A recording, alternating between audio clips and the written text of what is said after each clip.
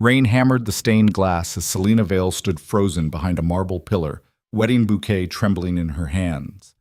Through the ballroom door, she could hear Preston Hale, her golden boy fiancé, laughing with his best man about the bet. $10,000 to make some nobody waitress fall in love and marry him in 3 months. The trust fund would transfer tomorrow. Then he'd destroy her publicly and walk away. Her chest tightened. The silk gown suddenly felt like a noose. Then a voice cut through the darkness beside her, low, dangerous, unfamiliar. Planning to go through with it? If you want to see how Selena escapes this nightmare and discovers the dark stranger who will change everything, stay with me until the end. Hit that like button and drop a comment with your city so I can see how far this story travels across the world. Selena's head snapped toward the voice. A man stood in the shadows near the service entrance, tall, dressed entirely in black, his presence so still it felt like he'd materialized from nowhere. Dark eyes studied her with unnerving intensity, the kind of gaze that stripped away every defense she'd carefully built. She should have been scared. Instead, something else flickered through her chest. Recognition, maybe? Or just the wild relief that someone, anyone, had asked her an honest question in the last 3 months. Her voice cracked. She cleared her throat, forcing the words out. I don't know. The man stepped closer, and the ambient light from the ballroom caught his face. Sharp jawline, olive skin, a scar that cut through his left eyebrow, faint but visible. He looked like he belonged in a different world entirely, one that had nothing to do with flower arrangements and champagne fountains. That's not an answer, he said quietly. Selena's hands tightened around the bouquet. White roses and baby's breath, all perfectly arranged. She'd spent weeks picking them out with Preston's mother, who had opinions about everything from the ribbon color to the stem length. Mrs. Hale had smiled through every meeting, but Selena had felt the judgment underneath, sharp and cold as a knife. You're not good enough for my son.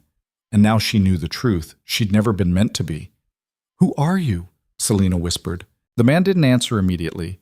Instead, he glanced toward the ballroom doors, where Preston's voice still carried, louder now, more animated, telling the story again, probably, embellishing it for maximum effect. Someone who knew your father, the stranger finally said. Selena's breath caught. What? Victor Vale. The man's expression didn't change, but something shifted in his eyes. He worked for my family a long time ago, died protecting someone I loved. The floor seemed to tilt beneath her feet. Her father had been dead for 15 years. A car accident, her mother always said. Quick, painless. Nothing more to discuss. Selena had been 8 years old and the memories were hazy at best. A deep voice, calloused hands, the faint smell of cigarettes and aftershave. She'd never known what he did for work. Her mother refused to talk about it. I don't understand, Selena said. You don't have to. The man took another step closer, close enough that she could see the fine details. The expensive cut of his suit, the silver watch on his wrist, the absolute control in every movement. But you should know that the man you're about to marry is a coward and a liar. And if you walk down that aisle, you'll regret it for the rest of your life. Selena's throat tightened. You don't know anything about me. I know enough. His gaze dropped to the bouquet in her hands, then back to her face. I know you've been working double shifts at that diner on 5th Street for 2 years to help your mother pay off medical bills. I know Preston Hale walked in one night, ordered coffee, and decided you'd make an entertaining project. I know his family has been whispering about you behind closed doors since the engagement was announced, calling you a gold digger, a social climber, a mistake. Each word hit like a physical blow. Stop, Selena whispered, but he didn't. I know you've been lying to yourself for 3 months, convincing yourself that he loves you because the alternative is too humiliating to accept. And I know that right now, standing here, you finally understand what you've been trying to ignore. Selena's eyes burned. She blinked hard, refusing to let the tears fall. Not here. Not in front of a stranger who somehow knew more about her life than she wanted to admit.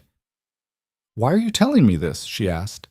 The man's expression softened, barely, but enough to notice. Because I don't like seeing people get destroyed for someone else's entertainment. Before Selena could respond, the ballroom doors burst open. Preston appeared, golden hair perfectly styled, his tuxedo immaculate.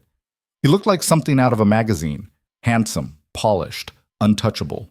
His blue eyes scanned the hallway until they landed on Selena, and his smile widened. "There you are!" He crossed the distance in 3 long strides, reaching for her hand. "Everyone's waiting, babe. You ready?" Selena stood frozen. Preston's gaze flickered to the man in black, and something changed in his expression. The smile stayed in place, but his eyes went cold. "Lucien," Preston said carefully, "I didn't realize you were invited." Lucien. The name meant nothing to Selena, but the way Preston said it, like he was trying to sound casual and failing, sent a chill down her spine. "I wasn't," Lucien said evenly. Preston's jaw tightened. "Then maybe you should leave before security." "Before security what?" Lucien's tone didn't change, but the air in the hallway seemed to drop 10 degrees. "Throws me out? You're welcome to try." Preston's hand tightened around Selena's. She could feel his pulse hammering through his palm, could see the faint sheen of sweat forming at his hairline. He was scared. Preston Hale, golden boy, heir to a fortune, the man who always had a charming answer for everything, was genuinely afraid of the stranger standing 3 feet away. "Selena," Preston said, voice strained, "let's go. Now." But Selena didn't move. She looked at Lucien, this man who knew her dead father, who had appeared out of nowhere with truths she didn't want to hear, and then she looked at Preston. Really looked at him. Past the perfect hair and expensive cologne and practiced smile. And she saw it. The lie. The calculation. The absolute certainty that she would do exactly what he wanted because she always did. "You made a bet," Selena said quietly. Preston's smile faltered. "What?" $10,000. Her voice was steadier now, even as her heart tried to claw its way out of her chest. 3 months to make me fall in love. Then you'd get your trust fund and throw me away. The color drained from Preston's face. For a long moment, no one moved. Then Preston laughed, sharp and defensive. "Selena, what are you talking about? Who told you?" He shot a venomous look at Lucien. "Did he tell you that? He's lying. He's trying to ruin this because he—" "I heard you," Selena said. 10 minutes ago, you were telling James the whole story, laughing about it." Preston's mouth opened, closed. His hand dropped from hers.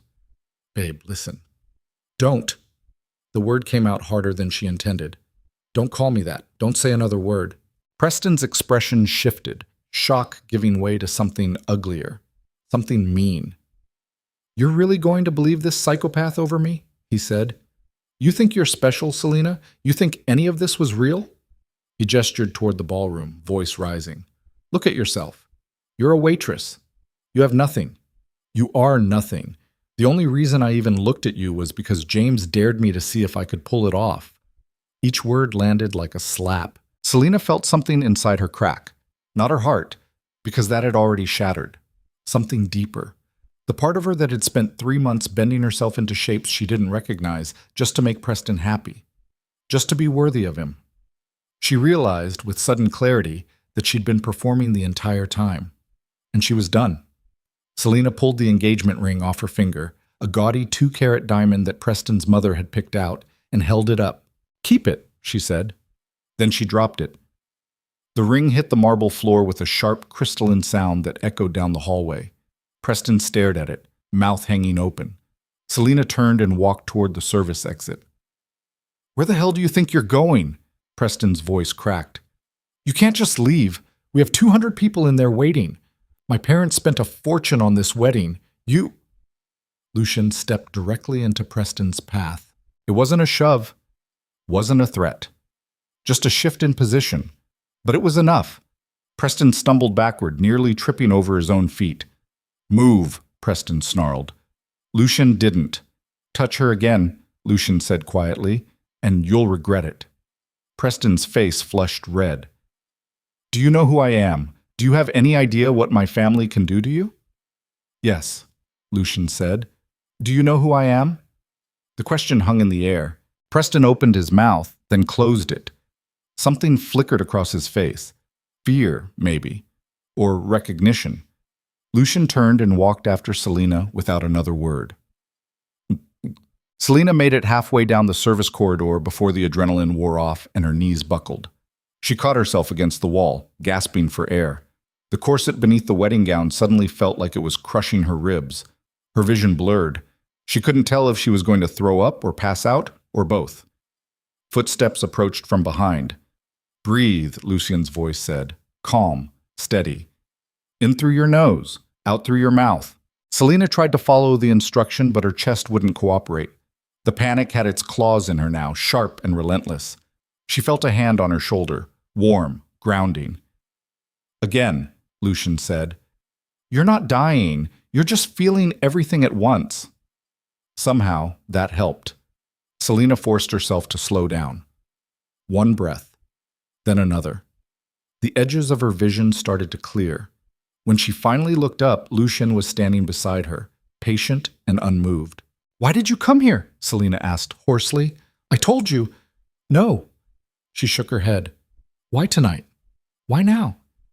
If you knew my father, if you knew what Preston was doing, why wait until the last second?" Lucien's jaw tightened. "I didn't know until 2 days ago.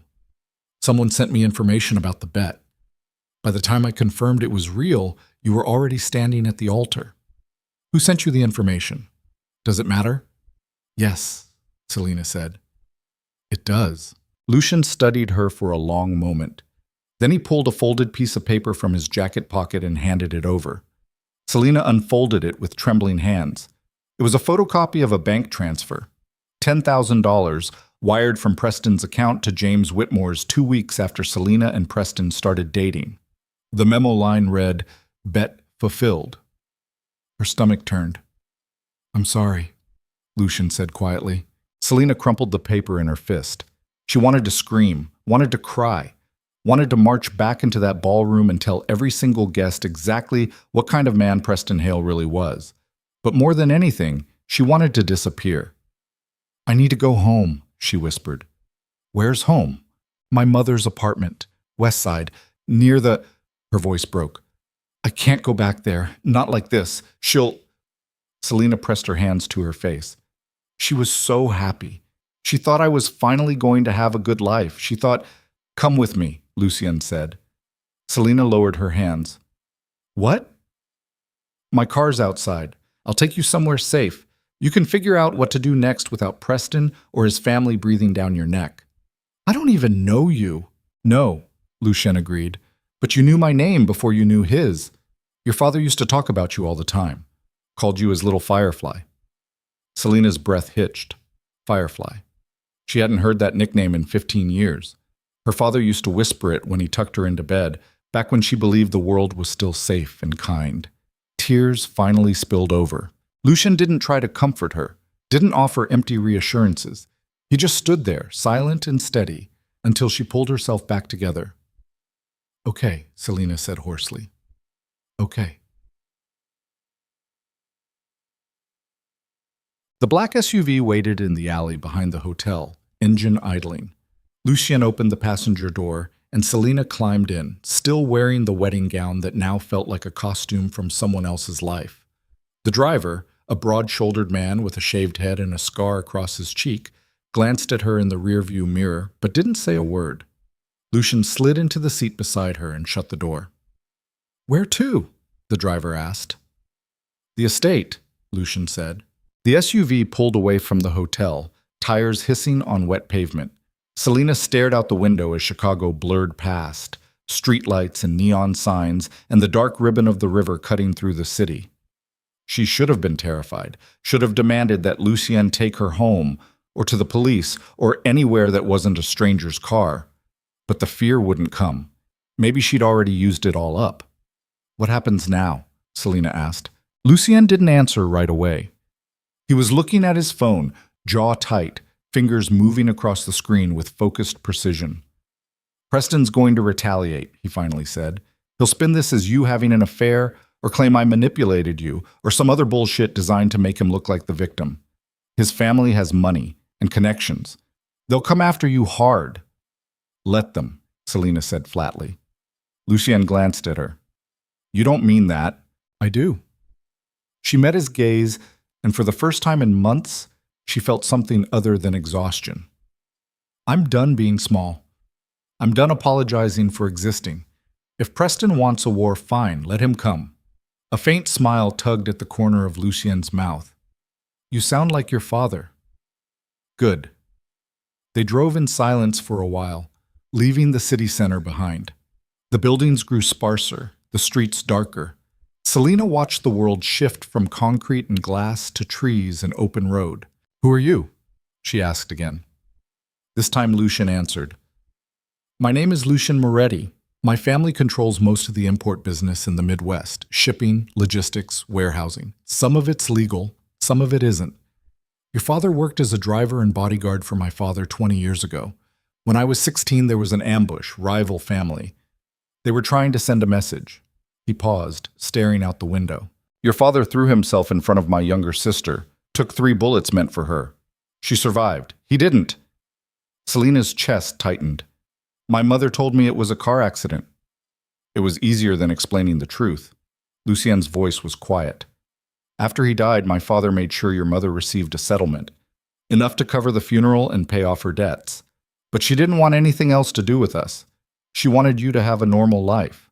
Normal, Selena repeated bitterly. I kept an eye on you, Lucien continued, from a distance, made sure you were okay. When I heard you were getting married, I looked into Preston, found out about the bet 2 days ago and came as fast as I could. Selena absorbed the information in pieces. It should have felt intrusive, someone watching her life from the shadows for years, but instead it felt like something she'd been missing without realizing it. Why did you really come tonight? She asked. Lucien turned to look at her. In the dim light of the passing street lamps, his face was half shadow, half sharp angles. Because I know what it's like to be destroyed by someone you trusted, he said quietly, and I didn't want to watch it happen to you. The weight in his voice told her there was a story there, something painful and unfinished. But before Selena could ask, the SUV turned off the main road onto a long, tree-lined driveway. Iron gates loomed ahead, flanked by stone walls and security cameras. The driver pressed a button on the dash, and the gate swung open with smooth, mechanical precision.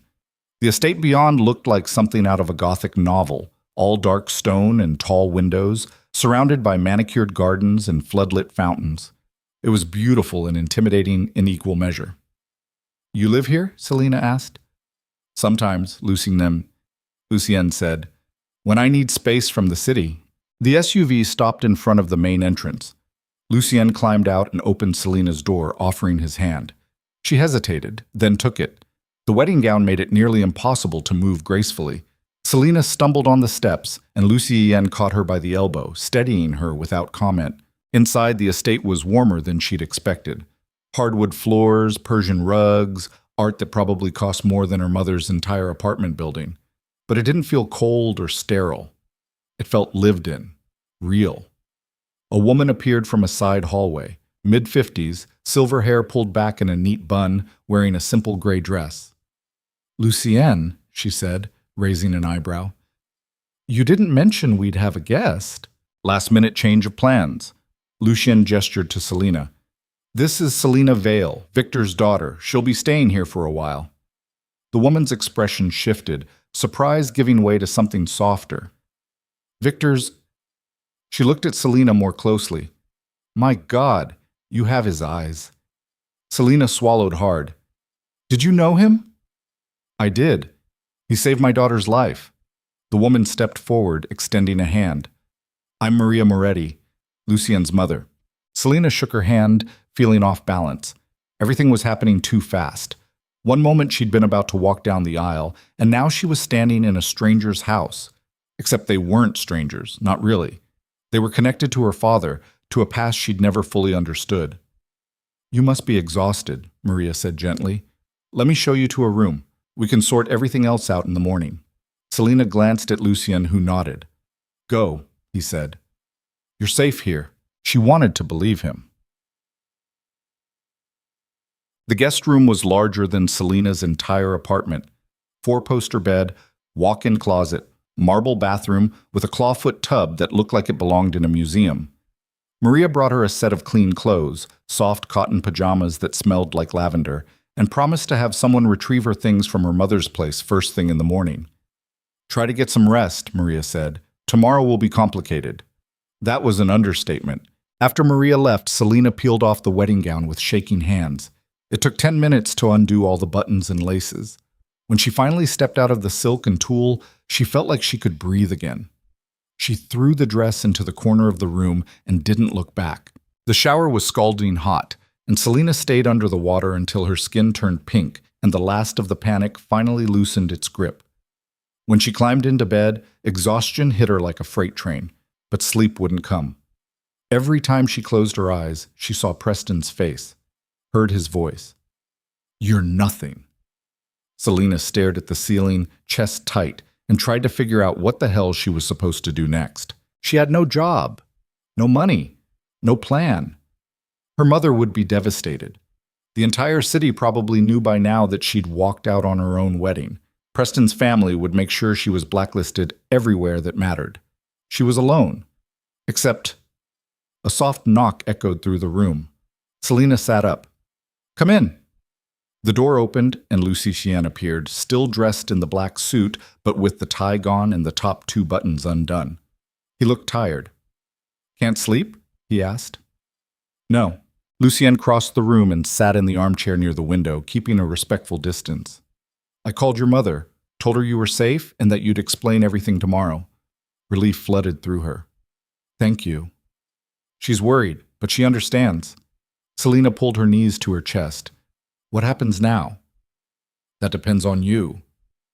"Everyone keeps saying that," Selena said bitterly, "but I don't know what it means. I don't know what I want. I don't even know who I am anymore." Lucien leaned forward, elbows on his knees. "You're the woman who walked away from a man who treated her like garbage. That's something."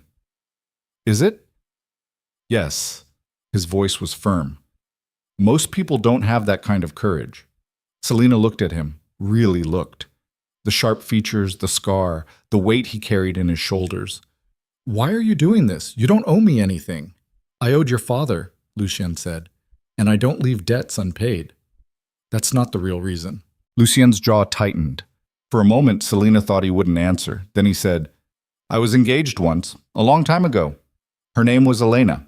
She came from a good family, old money, respected name. I thought she loved me. Turned out she was working for a rival organization, feeding them information, setting me up." His voice was calm, but there was something raw underneath it. "I found out 2 weeks before the wedding, confronted her in front of both families, destroyed her reputation, ended the engagement." He paused. "A year later, I learned the truth. She hadn't betrayed me willingly. Her family was being threatened. She was trying to protect them. But by the time I figured it out, she'd disappeared. I never saw her again." Selena's throat tightened. "I'm sorry. I'm not telling you this for sympathy." Lucien looked at her directly. "I'm telling you because I know what it's like to be manipulated by someone you trust, and I didn't want to stand by and let it happen to someone else." The silence stretched between them, heavy but not uncomfortable. "What happened to her?" Selena asked quietly. "I don't know," Lucien admitted. I looked for years. Either she's hiding, or—" He didn't finish the sentence. Selena hugged her knees tighter. "You think she's dead?" "I think she deserved better than what I gave her." The honesty in his voice cracked something open inside Selena's chest. She understood suddenly why Lucien had stopped the wedding, why he'd risked showing up at the hotel, knowing it would cause chaos. He wasn't just repaying a debt, he was trying to save someone he couldn't save before. "Thank you," Selena said softly. Lucien stood, running a hand through his dark hair. "Try to get some sleep. We'll figure out the rest tomorrow." He was halfway to the door when Selena spoke again. "Lucien?" He turned. "What if Preston comes after me?" Lucien's expression didn't change, but something dangerous flickered in his eyes. "He won't," Lucien said quietly. "But if he tries, he'll regret it." Then he left, closing the door softly behind him. Selena lay back down, staring at the ceiling.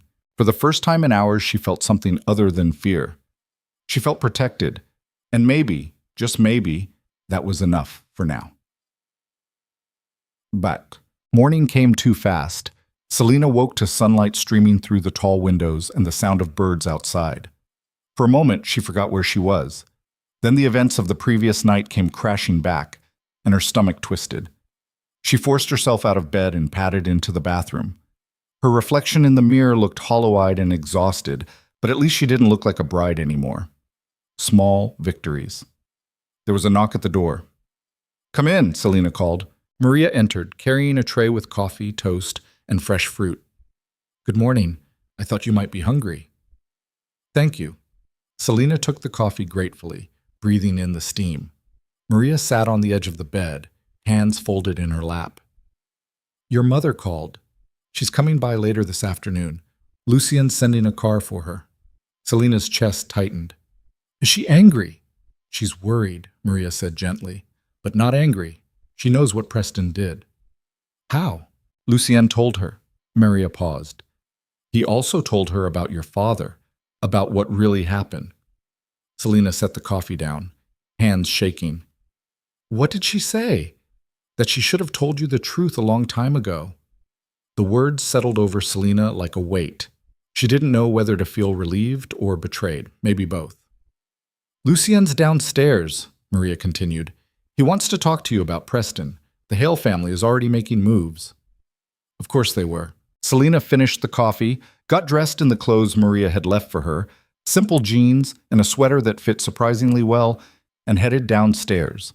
She found Lucien in what looked like a study, surrounded by dark wood bookshelves and a massive desk covered in papers.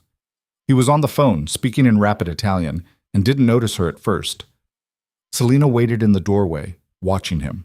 In the daylight, Lucien looked less like a shadowy stranger and more like a man who carried the weight of an empire on his shoulders. There were faint lines around his eyes, a tension in his jaw that never fully relaxed. He ended the call and looked up. "How are you feeling?" "Like I got hit by a truck." Selena stepped into the room. "What's happening?" Lucien gestured to a chair and she sat. "Preston's family put out a statement this morning," he said. "They're claiming you had an affair with me and that I manipulated you into leaving the wedding. They've hired a PR firm and a lawyer. They're planning to sue for damages related to the wedding expenses." Selena's stomach dropped. "Can they do that?" "They can try." Lucien leaned back in his chair, expression unreadable. "But they're going to lose." "How do you know?" "Because I have the receipts." He slid a folder across the desk. Bank transfers, text messages, testimony from James Whitmore, Preston's best man. He's willing to confirm the bet in exchange for immunity from any blowback. Selena opened the folder, scanning the documents. It was all there. Every cruel, calculated detail of Preston's plan laid out in black and white. "Why would James turn on him?" she asked. "Because I made him an offer he couldn't refuse," Lucien said simply. "Preston threw him under the bus this morning, claimed James made the whole thing up. James didn't appreciate that." Selena closed the folder. "So what do? "We fight back." Lucien's voice was calm but edged with something sharp. "We release the evidence. We destroy Preston's credibility before he can destroy yours. And we make sure the Hale family understands that coming after you means coming after me." Selena's throat tightened. "Why would you do that? This isn't your fight." Lucien's gaze locked onto hers. "Yes, it is." The certainty in his voice sent a shiver down her spine. Before Selena could respond, the study door burst open. A young woman, early 20s, dark curls, sharp brown eyes, stormed in, holding a tablet. "Lucien, have you seen—" She stopped mid-sentence, staring at Selena. "Oh, you're her."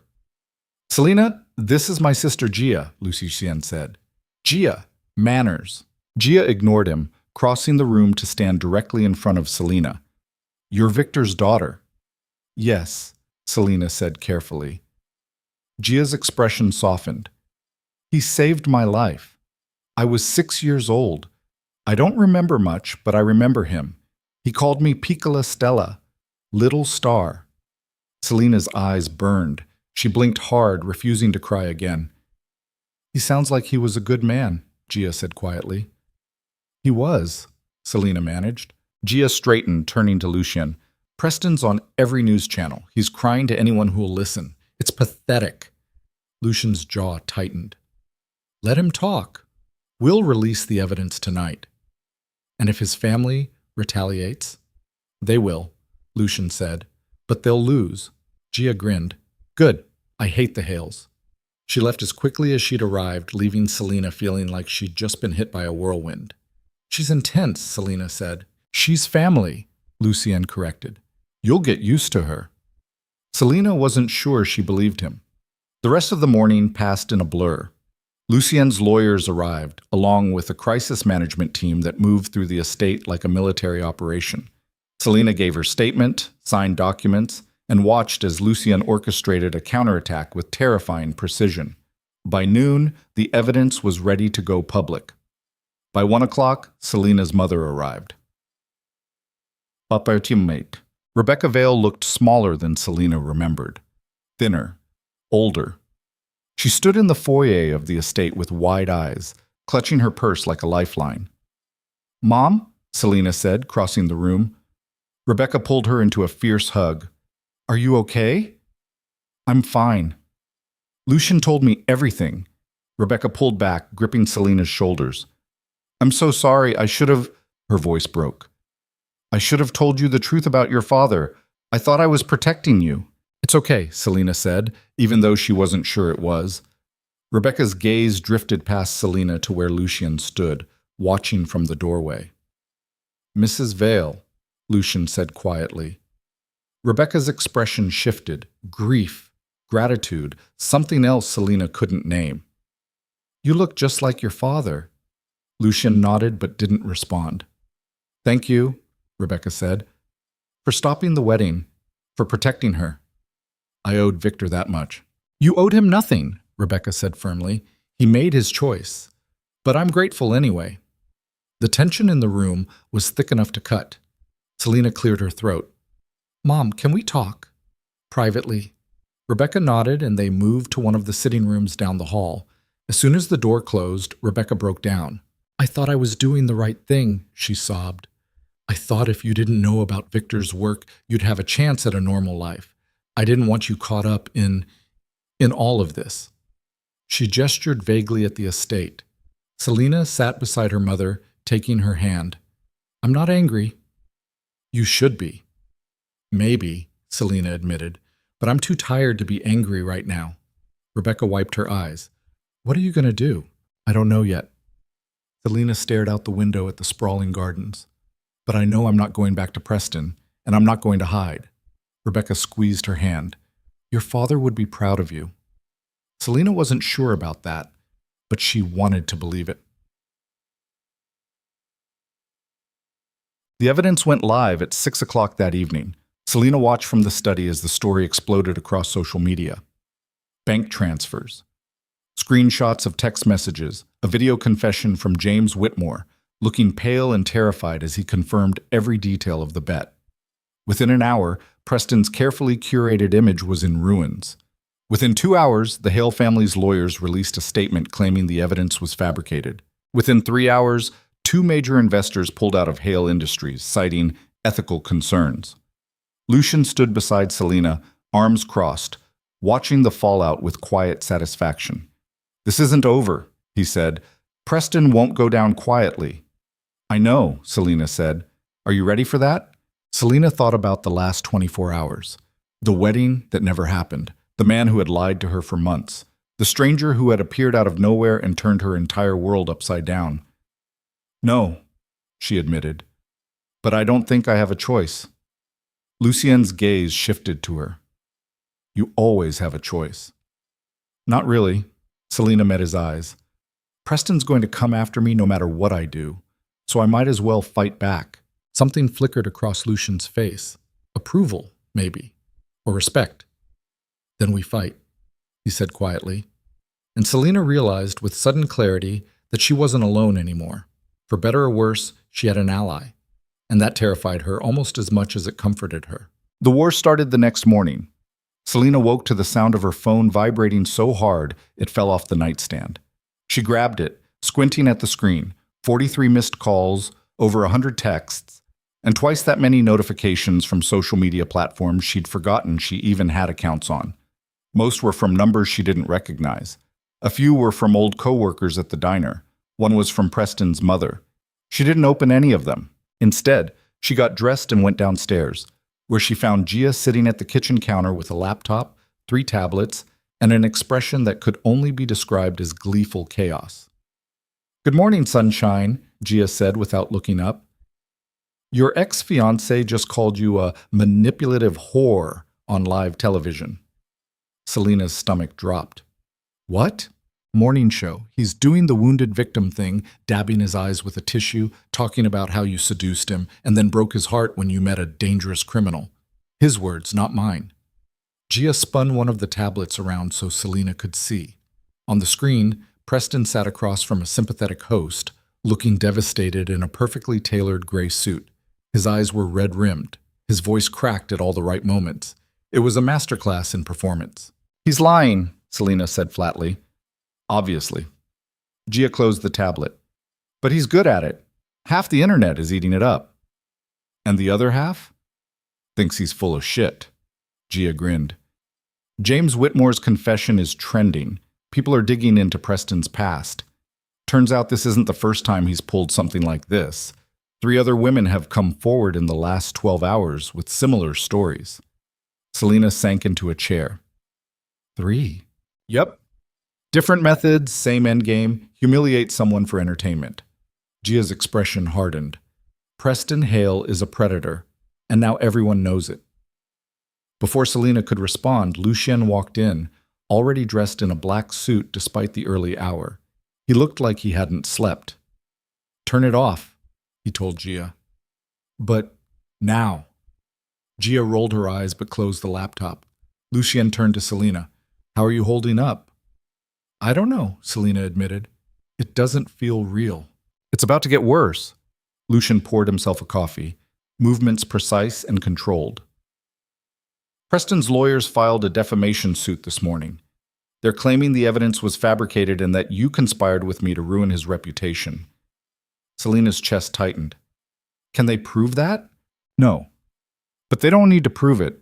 They just need to create enough doubt to make people question the story. Lucien took a long drink of coffee. They're also pushing a narrative that I'm dangerous, that I coerced you, that you're not safe here.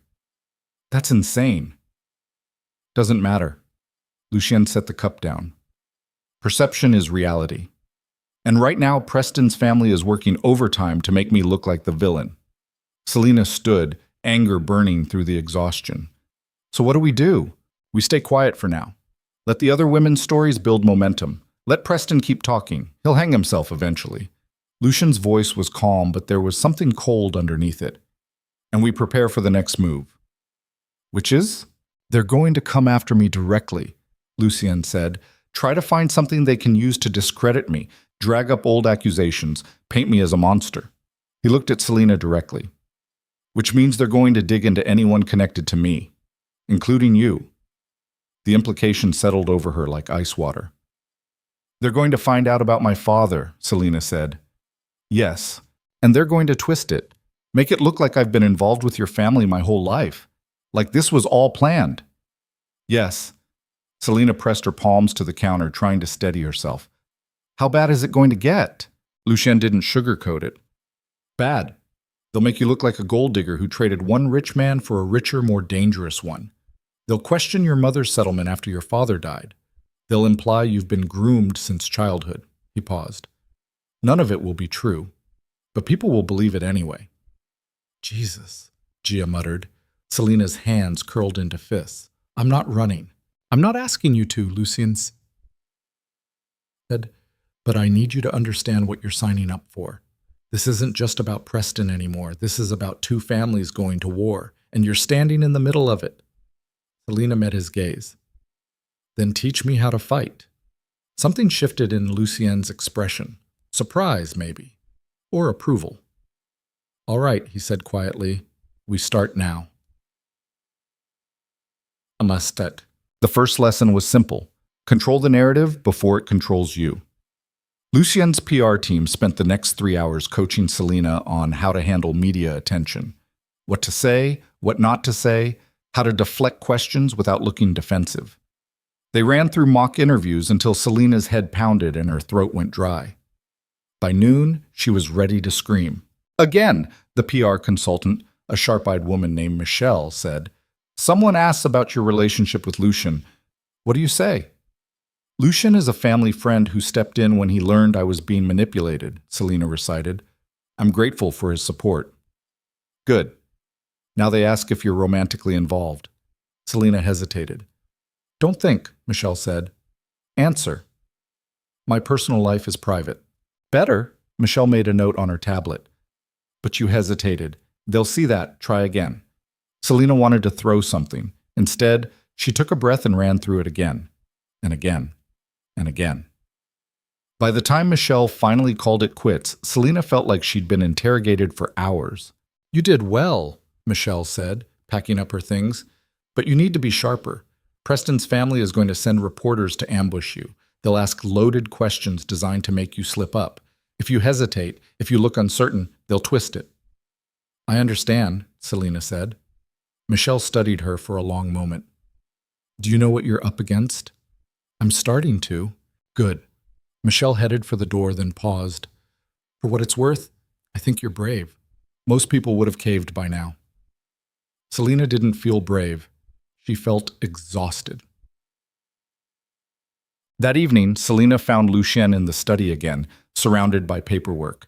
He looked up when she entered, expression unreadable. How was the training? He asked. Brutal. Selena dropped into the chair across from him. Do you really think it'll help? Yes.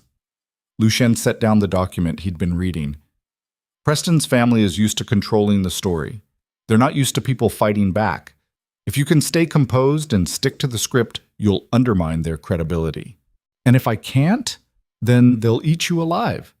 Lucien's tone was matter-of-fact, but I don't think that's going to happen. Why not? Because you walked away from that wedding, Lucien said. That takes more strength than most people have. Selena looked down at her hands. I didn't feel strong. I felt terrified. Courage isn't the absence of fear. It's acting despite it. The words settled over her, quiet and grounding. For a moment, neither of them spoke. Then Selena asked the question that had been gnawing at her all day. What happens if they find something on you? Something they can use? Lucien's jaw tightened. They will. What do you mean? He leaned back in his chair, eyes distant. I've done things I'm not proud of. Made decisions that hurt people. Some of them deserved it. Some of them didn't. He paused. My family's business isn't clean. It never has been. If Preston's lawyers dig deep enough, they'll find evidence of illegal activity, bribery, extortion, maybe worse. Selena's throat tightened.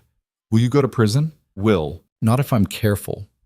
Lucien's voice was calm, but there was an edge to it. But it'll be messy, and anyone connected to me will get dragged through the mud, including me, especially you. Selena absorbed that. She should have been scared, should have walked out the door and never looked back. But instead, she felt something else. Anger. Defiance. Let them come, she said quietly. Lucien's gaze sharpened. You don't mean that. I do. Selena leaned forward.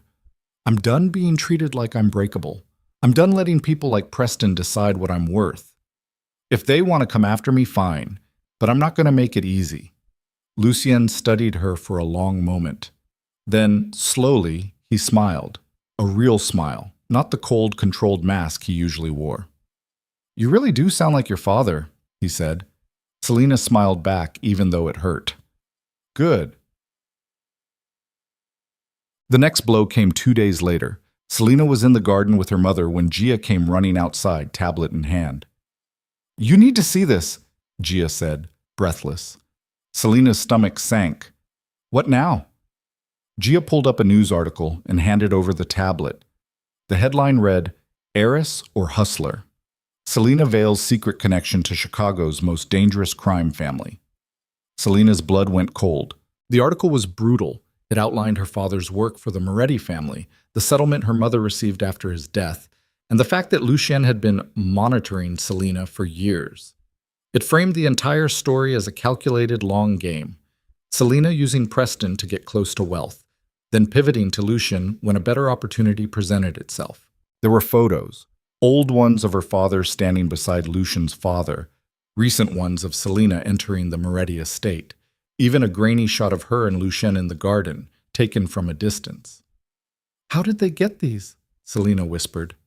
Doesn't matter, Gia said. It's out there now. Rebecca grabbed the tablet, scanning the article with shaking hands. This is insane. Victor didn't. He wasn't.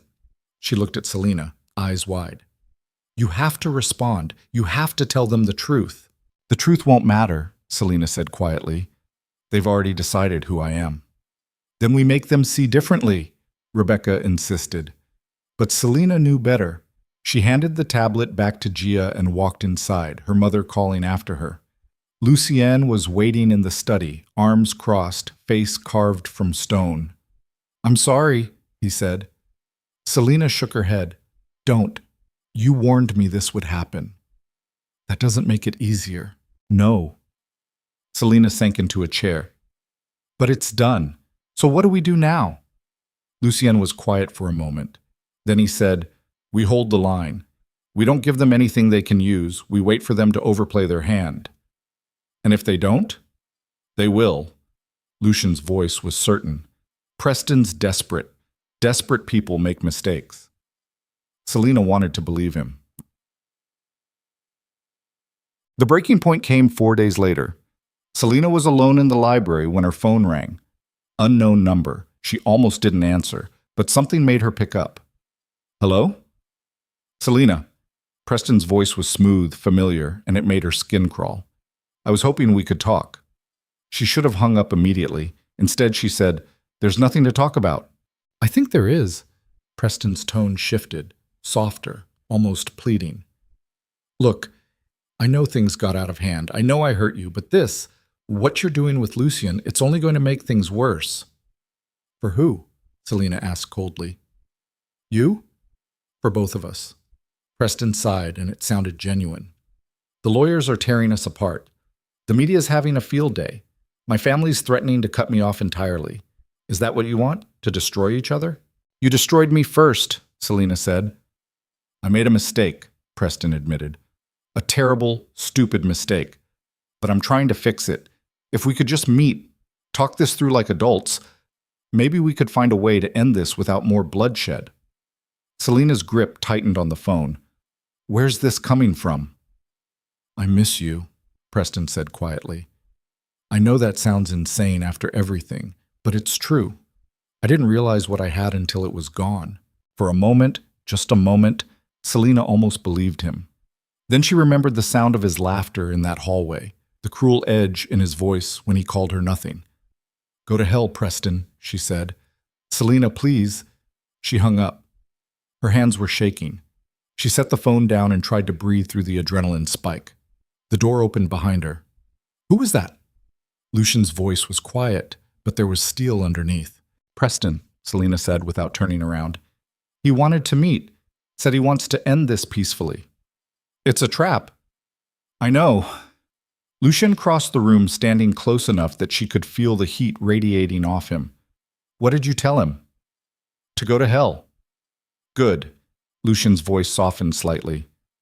But he's not going to stop. If he's calling you directly, it means his family's losing control of him. He's acting on his own now. Is that worse? Much worse. Lucien turned her gently to face him. Desperate men do unpredictable things. You need to be careful. Selena looked up at him. In the dim light of the library, Lucien's face was all sharp angles and shadows, dangerous and beautiful in equal measure. Are you scared? She asked. Of Preston? No.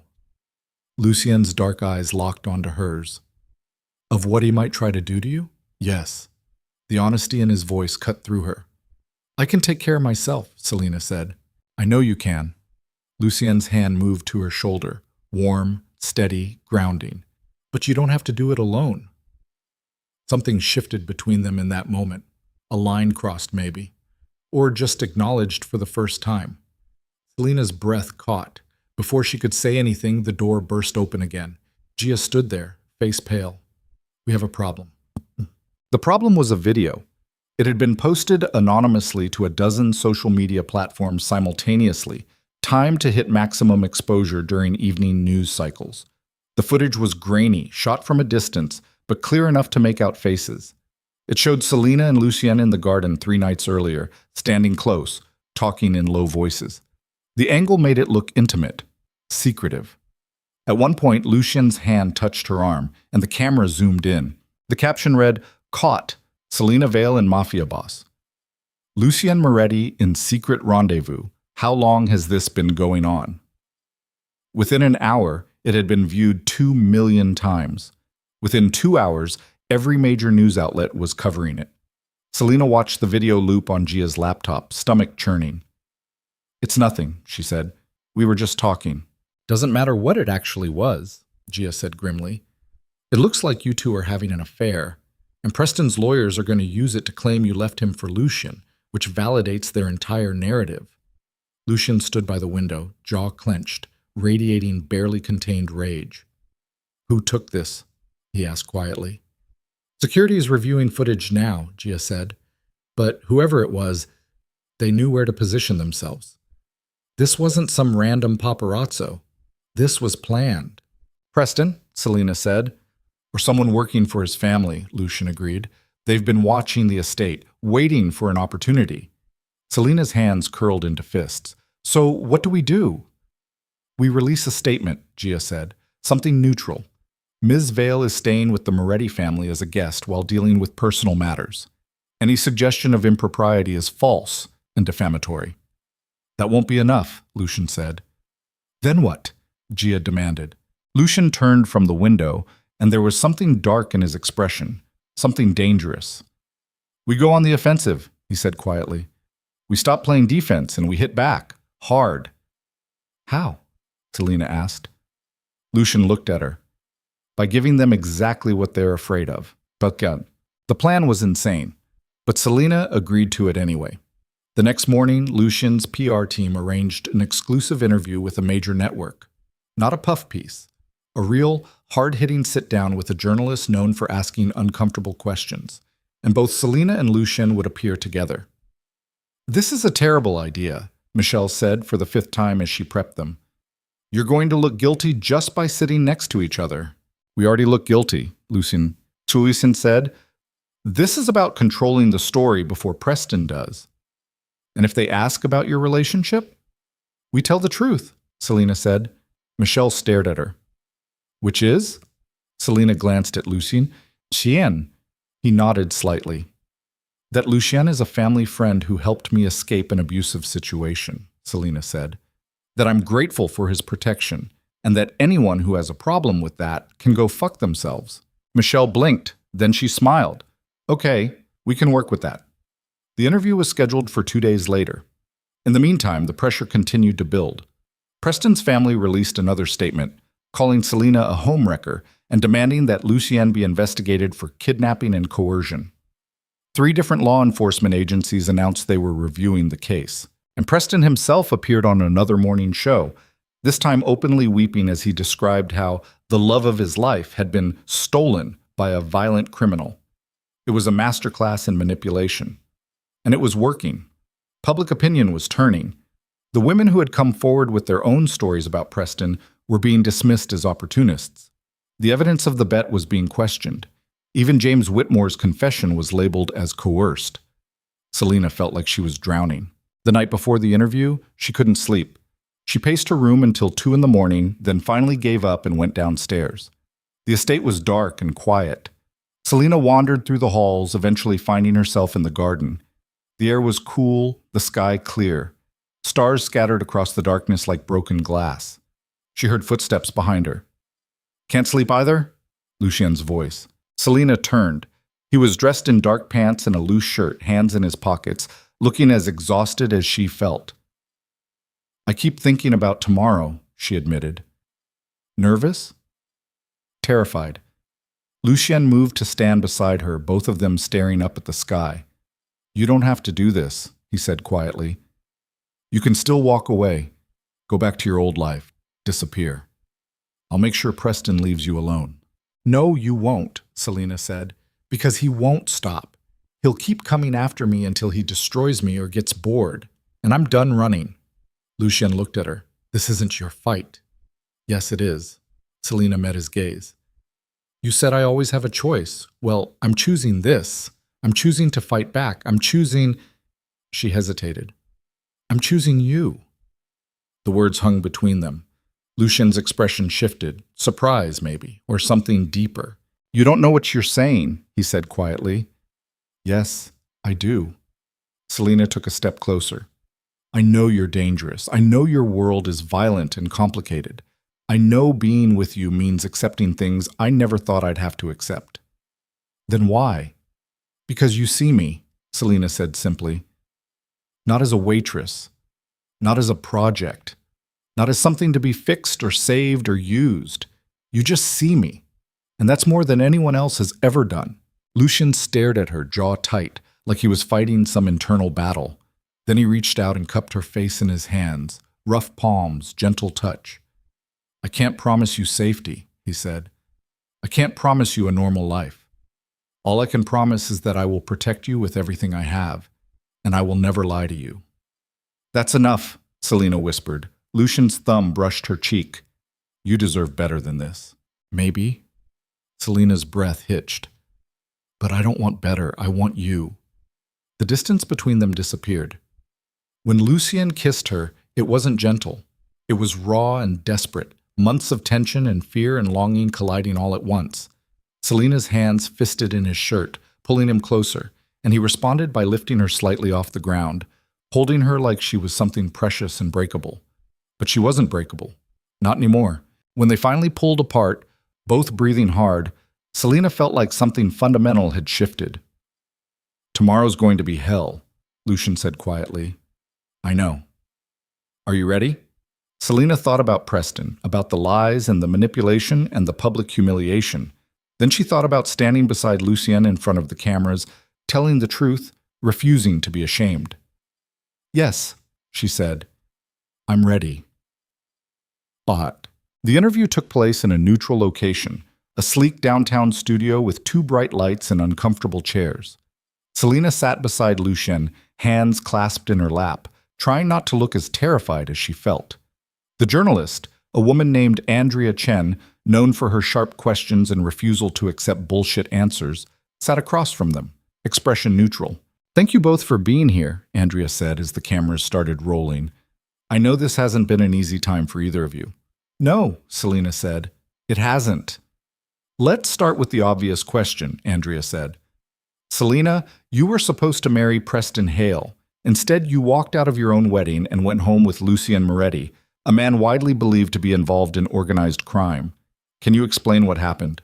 Selena took a breath. Michelle's coaching echoed in her head. Control the narrative. Be honest. Don't apologize. I found out minutes before I was supposed to walk down the aisle that Preston had made a bet with his best man, Selena said. $10,000 to make me fall in love and marry him within 3 months. Once he received his trust fund, he planned to humiliate me publicly and end the relationship. Andrea's expression didn't change. And how did Lucian fit into this? Lucian's family knew my father, Selena said. My father died protecting Lucian's sister years ago. When Lucian learned what Preston was doing, he came to stop the wedding. Out of obligation?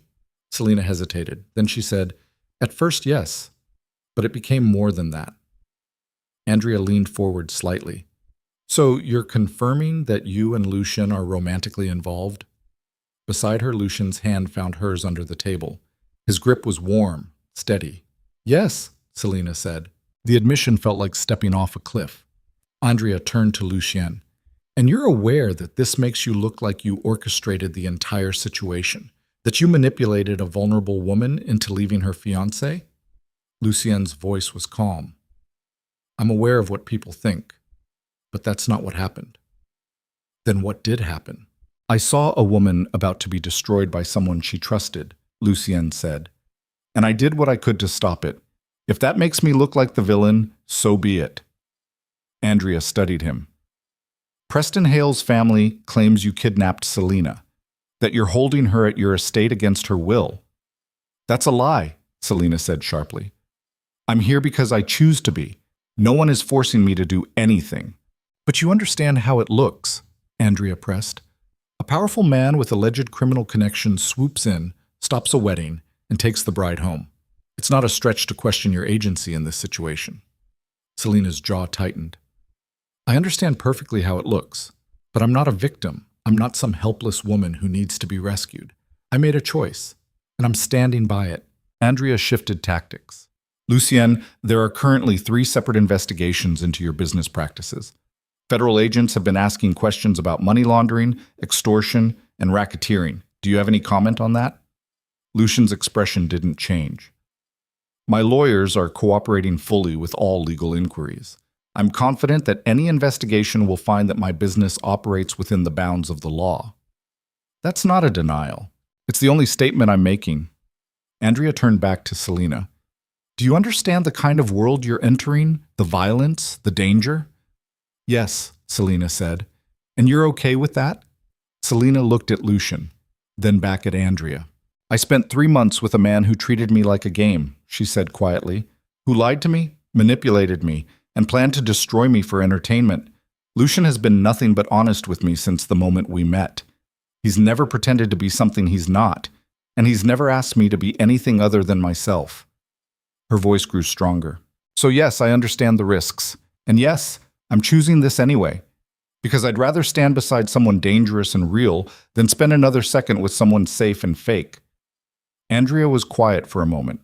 Then she said, That's quite a statement. It's the truth, Selena said. The interview continued for another 20 minutes, but Selena barely registered the questions. She answered on autopilot, focused on not falling apart. When it finally ended and the cameras stopped rolling, Andrea stood and extended her hand. For what it's worth, she said quietly, I believe you. Selena shook her hand, throat tight. The interview aired that night. Within an hour, it had been clipped, shared, and dissected across every platform. Opinion was split. Some people believed Selena, some thought she was lying, some didn't care one way or another. But one thing was clear. The narrative had shifted. Preston was no longer the sole victim. Selena was no longer just the villain. The story had become complicated. And in that complication, there was room to fight back. Selena sat in the study with Lucian, Gia, and the PR team, watching the reactions roll in. It's working, Michelle said, scrolling through her tablet. Public sentiment is evening out. People are starting to question Preston's version of events. How long until he responds? Gia asked. Not long, Michelle said. She was right. 2 hours later, Preston held an impromptu press conference outside his family's estate. He looked haggard, hair disheveled, eyes red, suit wrinkled. And he looked furious. I've tried to be civil, Preston said, voice shaking. I've tried to handle this privately. But Selena Vale and Lucien Moretti have left me no choice. He pulled out a folder and held it up to the cameras. These are financial records showing payments from the Moretti organization to Selena's mother dating back 15 years, Preston said. Payments that continued even after Selena and I started dating. She's been on Lucian's payroll the entire time. This whole thing, the relationship, the engagement, the wedding, it was all a setup. She was working with him from the beginning. Selena's blood went cold. That's not true, she whispered. But Preston wasn't done. Lucien Moretti is a criminal, he continued, and Selena Vale is his accomplice. They played me. They used me. And now they're trying to destroy my family because we got in their way. He looked directly into the camera. I will not let them win. The press conference ended. The room was silent. Then Gia said, We're fucked. Lucien stood, jaw tight, fury radiating off him in waves. No, he said quietly, we're not. He just accused Selena of conspiracy, Michelle said, with financial evidence to back it up. This changes everything. The payments were for my father's death, Selena said, voice shaking. They were part of the settlement. They weren't. I know, Lucien said. He turned to face her. But Preston's lawyers are going to twist it. They're going to make it look like you've been working for me for years. So what do we do? Lucian's expression was ice cold. We end this, he said, tonight. They moved fast. Lucien made 3 phone calls, short, clipped in Italian. Then he turned to Gia. Get everything we have on the Hale family, he said. Every dirty secret, every buried scandal, every skeleton in their closet. I want it all compiled and ready to go within the hour. Gia's eyes widened. Lucien, if we release that, do it. Gia nodded and disappeared. Lucien turned to Michelle. Draft a statement. Make it clear that the payments to Selena's mother were part of a death benefit settlement. Include documentation. and make it clear that any further defamation will result in legal action. Michelle hesitated. Are you sure you want to escalate this? They escalated it first, Lucian said coldly. We're just finishing it. Michelle left. Selena stood in the middle of the study, heart pounding, watching Lucien orchestrate a counterattack with terrifying precision. What are you going to do? She asked quietly. Lucien looked at her. For a moment the mask slipped, and she saw the exhaustion underneath. I'm going to destroy them, he said simply. The Hale family thinks they can come after you without consequences. They're wrong. Lucien, no. His voice was firm. They don't get to do this. They don't get to lie about you, threaten you, manipulate you, not while I'm still breathing. Selena's throat tightened. This is going to get ugly. It already is ugly. Lucian crossed the room, stopping in front of her. But I need you to trust me. Can you do that? Selena looked up at him. This man who had appeared out of nowhere and turned her entire world upside down. This man who was dangerous and violent and completely devoted to protecting her. Yes, she whispered. Lucian's hand cupped her face, thumb brushing her cheek. Then hold on, he said quietly. Because this is about to get worse before it gets better. The files went live at midnight.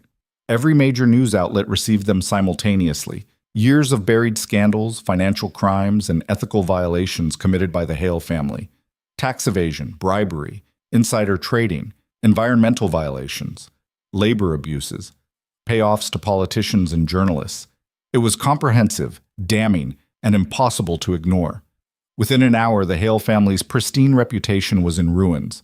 Within 2 hours, investors were fleeing in panic. Within 3 hours, federal authorities announced they were opening formal investigations into Hale Industries. Selena watched it unfold from the study, Lucien standing beside her. How did you get all of this? She asked. I've been collecting it for years, Lucien said. The Hales have been trying to push into my territory for a long time.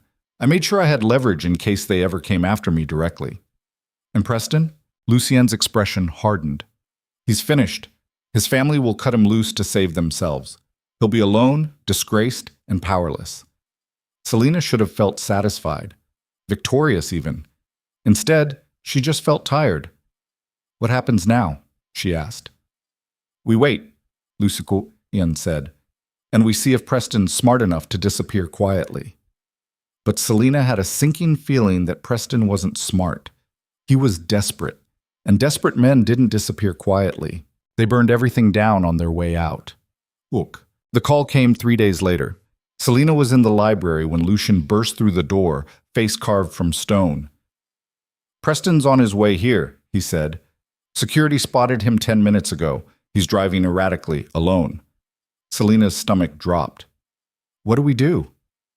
You stay inside. Lucian's voice was iron. I'll handle him. No. Selena stood. I'm not hiding. Selena, no, she said firmly. This started with me. It ends with me. Lucien stared at her. Then slowly, he nodded. Stay behind me, he said. They walked outside together into the cold night air. Preston's car screeched to a stop at the front gates. He climbed out, stumbling slightly, and Selena realized with a jolt that he was drunk. Open the gate, Preston shouted. I know she's in there, Selena. Lucien pressed a button on his phone, and the gates remained locked. Go home, Preston, Lucien called. Fuck you. Preston slammed his fists against the iron bars. You ruined my life. You destroyed my family. For what? For her? He pointed at Selena, eyes wild. She's nothing, Preston screamed. A goddamn waitress. And you threw everything away for her. I didn't throw anything away, Lucien said coldly. You did. The moment you decided to treat her like a game. Preston laughed, high and unhinged. A game? That's all she was. That's all she'll ever be. You think you're special, Selena? You think he actually cares about you? He pressed his face against the bars, staring at her with bloodshot eyes. He's using you, Preston hissed. Just like I did. Just like everyone will, because that's all you're good for. Selena felt Lucien tense beside her. Leave, Lucien said quietly. Now, before I make you. Or what? Preston sneered. You'll kill me? Go ahead. Prove everyone right. Show them exactly what kind of monster you are. Lucien didn't move. Preston's expression twisted. You want her? Fine. Keep her. But don't pretend you're any better than me.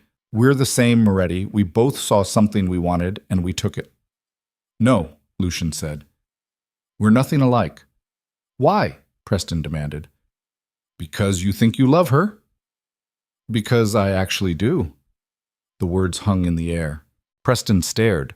Then he started laughing again, broken, bitter. Then you're an idiot, he said. He stumbled back to his car, climbed in, and drove away, tires screeching, engine roaring.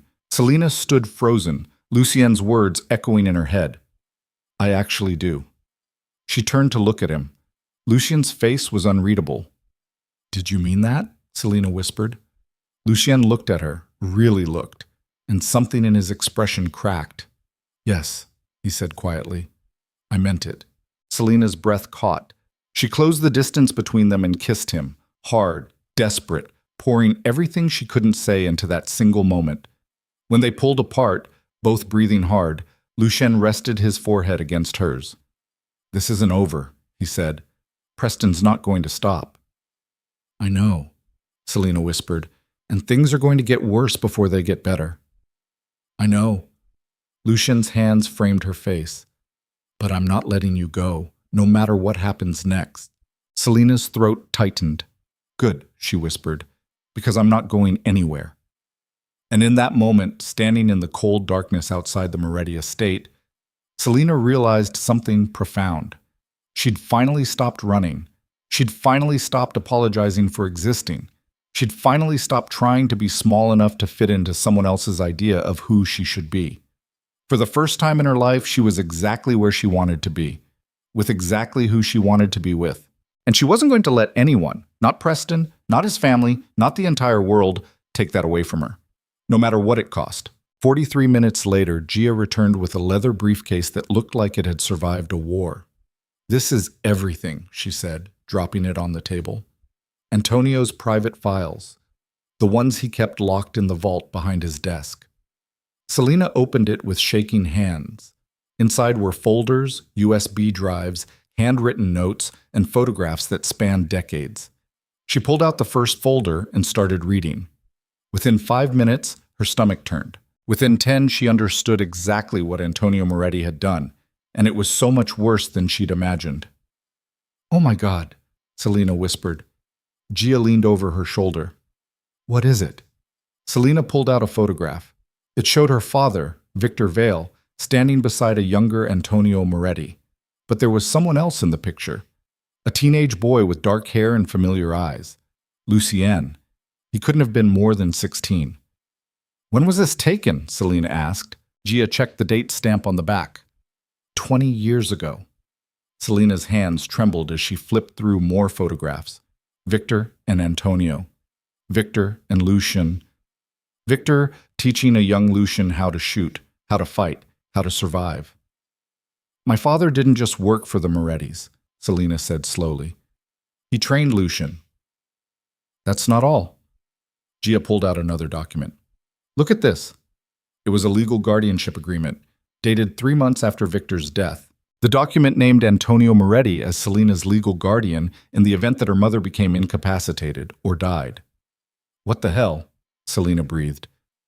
Antonio was supposed to take care of you if something happened to your mother, Gia said. But he never told you, never told Rebecca. He just watched from a distance. Selena's vision blurred. Why would my father agree to this? Keep reading. Selena found a letter tucked into the back of the folder, handwritten. From Victor to Antonio. Antonio, if you're reading this, I'm gone. And I need you to promise me something. Take care of Selena, not with money, not with your name. Just keep her safe. Watch over her. Make sure she has a chance at a real life, not this one. I know what we do. I know what we are. And I don't want that for her. I want her to be normal, happy, free. But if she ever needs you, really needs you, I'm trusting you to step in. She's everything good in this world. Don't let it destroy her. Victor Selena's eyes burned. She set the letter down carefully, like it might disintegrate. He loved you, Gia said quietly, and Antonio used that. Selena's voice cracked. He used my father's love to justify manipulating my entire life.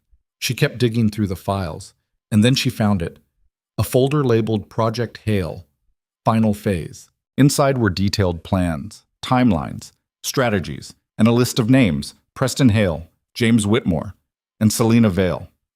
The document outlined everything: how Antonio had monitored Preston for years, waiting for him to make a mistake; how he'd ensured Selena was working at the diner where Preston frequented; how he'd leaked information about the bet to Lucien at precisely the right moment. But there was something else, something that made Selena's blood run cold: a contingency plan. If Lucien refuses to intervene, or if initial approach fails, Elena Volkov will resurface with fabricated evidence of long-term conspiracy between Selena Vale and Moretti organization. This will force Lucien to choose between protecting Selena, confirming relationship and creating grounds for retaliation against Hales, or abandoning her, creating public sympathy and alternative avenue for asset acquisition. Selena read it 3 times before the words actually sank in. "Elena," she whispered. "She was part of it. From the beginning." Gia grabbed the document. Her face went white. "No, that's not possible.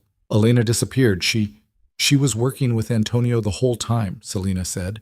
"Even after the engagement ended, even after she supposedly vanished. She's been waiting for the right moment to come back and finish what he started." "But the letter from Antonio, the one Elena gave Lucien, was real," Selena said. "But it wasn't the whole truth. Antonio did send Elena to spy on Lucien. He did orchestrate the engagement. But Elena never stopped working for him. She stayed in the shadows, waiting. And when Antonio died, she saw her chance." Gia sank into a chair. "To do what?" Selena pulled out the final page of the contingency plan. It was a transfer agreement, dated 2 weeks ago, after Antonio's death. The document transferred controlling interest of the Moretti organization to Elena Volkov in the event that Lucien became compromised, incapacitated, or otherwise unable to fulfill his duties. "She's taking over," Selena said. "That's what this whole thing has been about. Elena doesn't want revenge. She wants the empire. And she needed Lucien broken to get it," Gia finished. "If she can prove he's compromised, emotionally unstable, making bad decisions, trusting the wrong people, she can trigger this clause and take control." Selena's mind raced. The phone call this morning, the meeting at the cafe, the story about to break in the news. It's all designed to destroy Lucien's credibility. "And you're the weapon she's using to do it," Gia said. "If Lucien chooses you, he looks weak, a mob boss who fell for a woman planted by his enemies. If he rejects you, he looks paranoid and unstable, someone who can't trust anyone. Either way, Elena wins." Gia stood, already pulling out her phone. "We need to tell Lucien, right now." "Wait," Selena grabbed her arm. "If we tell him, he'll go after Elena. And if he does that while he's this emotional, this angry, he'll make mistakes. He'll give her exactly what she needs to prove he's unfit." "So what do we do?" Selena stared at the files spread across the table, at the photographs of her father, at Antonio's careful plans, at Elena's endgame. "We beat her at her own game," Selena said quietly. "How?" "By giving her exactly what she wants." Selena looked up, and there was something fierce in her eyes. "Me." 30 minutes later, Selena stood outside Lucien's study. She could hear him inside, pacing, muttering to himself. The sound of glass shattering, a roar of frustration. He was falling apart. Selena took a breath and knocked. The pacing stopped. "I said I wanted to be alone." Lucien's voice was rough. "I know." Selena opened the door anyway. "But we need to talk." Lucien stood by the window, surrounded by broken glass and overturned furniture. He looked like hell, hair disheveled, shirt untucked, eyes red-rimmed and wild. "I don't want to hear it," he said without turning around. "Too bad." Selena stepped inside and closed the door. "Because I'm about to tell you something that's going to change everything." "More lies from Elena?" "The truth," Selena said. "The real truth. About your father, about Elena, about me." Lucien finally turned. His face was a mask of rage and pain. "I don't believe anything you say anymore." "Then don't believe me." Selena pulled out the briefcase and set it on the desk. "Believe this. She opened it and spread the documents across the surface. Lucian stared at them. Then he moved closer, scanning the pages with growing horror. "What is this?" he whispered. "Your father's contingency plan," Selena said. "The one he put in place before he died. The one Elena's been executing." Lucian picked up the transfer agreement with shaking hands. "This isn't real." "It is." Selena's voice was steady. "Elena never disappeared, Lucian. She's been working with your father the entire time, and now that he's gone, she's making her move to take over the organization." "No." Lucian shook his head. "My father wouldn't." "He would." Selena pulled out the photograph of Victor, Antonio, and teenage Lucien. "My father trusted yours, and your father used that trust to manipulate both of us for 20 years. Lucian stared at the photograph. His jaw worked. "He trained me. Victor trained me. I know. I thought it was because my father wanted me to learn from the best. I thought—" His voice cracked. "It was all a setup, even then." "Yes." Lucian sank into the chair, face in his hands. For a long moment, he didn't move. Then he looked up, and his eyes were dead. "What does Elena want?" "Control," Selena said. "She's going to use the story that breaks in an hour to prove you're compromised. Then she'll invoke this clause and take over everything." "Let her." Selena's breath caught. "What?" "Let her take it," Lucian said flatly. "I don't want it anymore. This organization, this life, this legacy built on lies and manipulation, she can have all of it." "Lucien, I'm done." He stood, moving toward the door. "I'm done fighting, done playing games, done being a weapon for dead men." "Where are you going?" "Away." Lucian didn't look back. "Somewhere far from here, somewhere clean." "And what about me?" Selena's voice cracked. Lucian stopped in the doorway. His shoulders tensed. "You're free to go, back to your mother, back to your old life, anywhere you want." "That's it?" Selena felt tears burning. "After everything?" "After everything, I don't know what's real anymore," Lucian said quietly. "I don't know if what I feel for you is genuine or just another manipulation my father planted in my head. I don't know if you're here because you want to be or because Antonio set you up to be. I don't know anything." "So you're running." "I'm surviving." Lucian finally turned to face her. "And so should you." He left. Selena stood alone in the destroyed study, surrounded by the evidence of Antonio's schemes, and felt something inside her shatter. She'd thought if she found the truth, it would fix everything, but the truth had only made things worse. Because now Lucian knew he'd been manipulated his entire life. And he couldn't trust anything, including his own heart. Selena's phone buzzed. A text from Elena. "Time's up, Selena. The story breaks in 15 minutes. I suggest you decide where you want to be when it does. Because standing with Lucien won't save you. Nothing will."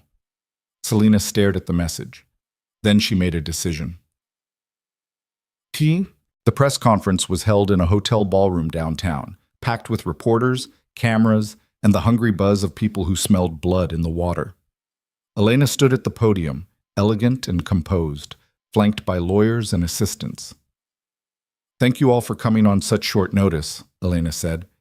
"I'm here to address the allegations against Lucien Moretti and to present evidence of a conspiracy that has been operating for over 20 years. The room fell silent. Elena pulled out a folder. These documents prove that Selena Vale has been working with the Moretti organization since she was a child. That her relationship with Preston Hale was orchestrated to destroy the Hale family and consolidate Moretti power.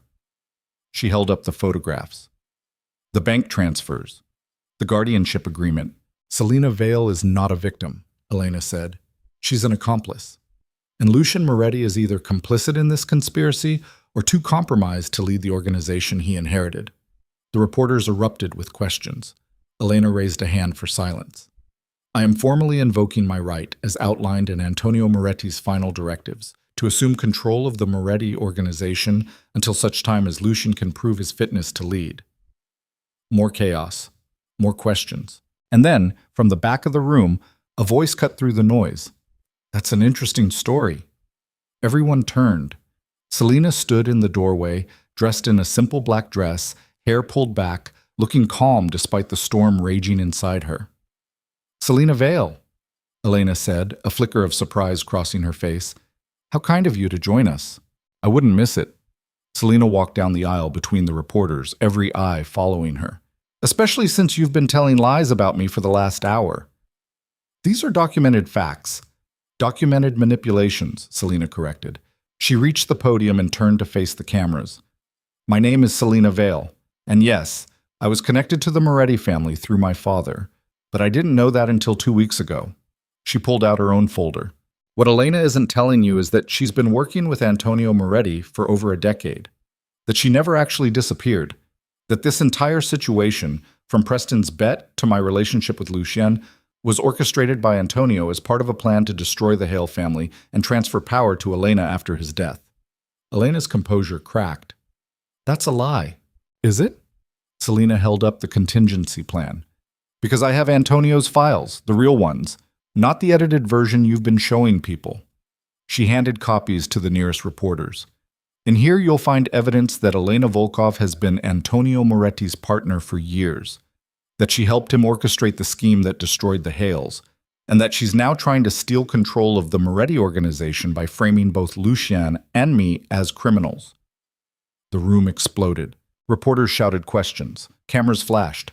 Elena's lawyers huddled, whispering frantically. Elena stared at Selena with cold fury. You have no idea what you've just done. I know exactly what I've done, Selena said.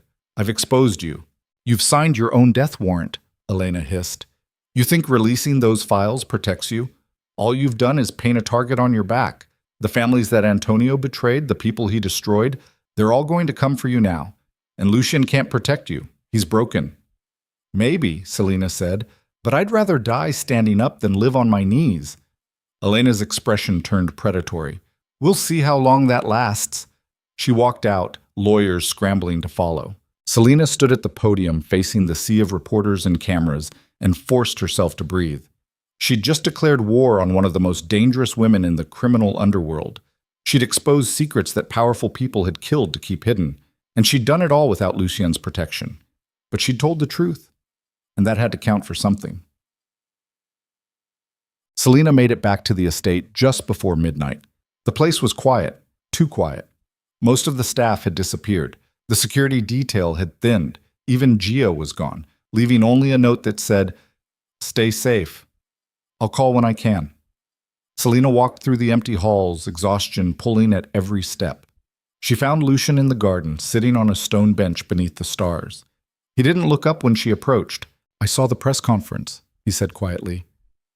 "You shouldn't have done that." "I know. Elena's going to come after you now, and everyone else Antonio screwed over. You're not safe here anymore." "I know that too." Lucien finally looked at her. His face was ravaged. "Then why did you do it?" "Because someone had to tell the truth," Selena said. "And you weren't going to. You were going to run away and let Elena win." "Maybe she should win." Lucien's voice was hollow. "Maybe this whole empire should burn." "Maybe," Selena agreed. She sat beside him on the bench. "But not like this. Not with lies and manipulations. If it burns, it should burn clean." They sat in silence for a long time. Then Lucien said, "I don't know how to trust you." "I know. My father spent my entire life using people I loved as weapons against me. First Elena, then you. How am I supposed to believe anything I feel is real?" "I don't know," Selena admitted. "But I'm here, and I'm not leaving. Even though I should, even though it's stupid and dangerous and probably suicidal." "Why?" Selena looked at him. "Because I love you. Not because your father programmed me to. Not because I'm playing some game.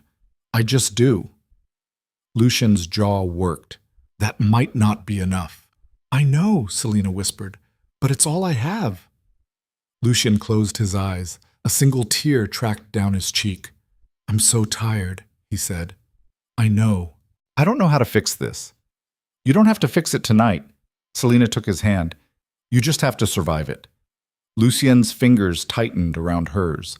They sat together in the darkness, two broken people trying to hold on to something real in a world built on lies. And for a moment, just a moment, it felt like maybe they could. The attack came 3 days later. Selena woke to the sound of gunfire. She bolted upright, heart hammering, as the security alarm shrieked through the house. Lucien was already moving, grabbing a gun from the nightstand. "Stay here. What's happening? We're under attack." His voice was cold, controlled. "Someone's breaching the perimeter." More gunfire, shouting, the crash of breaking glass. "Get to the safe room," Lucien ordered. "Now. I'm not leaving you, but go." Selena ran. She made it halfway down the hall before she heard footsteps behind her. She turned. A man in black tactical gear stood at the end of the corridor, raising a weapon. Selena dove into a side room as bullets tore through the wall where she'd been standing. She scrambled behind a heavy desk, gasping for air, trying to think. More footsteps, closer now. The door burst open. Selena grabbed the first thing she could find, a heavy paperweight, and threw it. It hit the man's visor, cracking it. He stumbled. Selena ran past him, into the hallway, down the stairs. The main floor was chaos, security personnel fighting with intruders, smoke and blood and the sharp smell of gunpowder. She saw Lucien across the foyer fighting hand-to-hand with two attackers. He moved like violence itself, brutal, efficient, unstoppable. "Selena!" Gia appeared from nowhere, grabbing her arm. "This way!" They ran toward the back of the house, bullets whining past their heads. They burst through a side door into the gardens and stopped. Elena stood in the moonlight, flanked by a dozen armed men. "Hello, Selena," Elena said calmly. "I did warn you."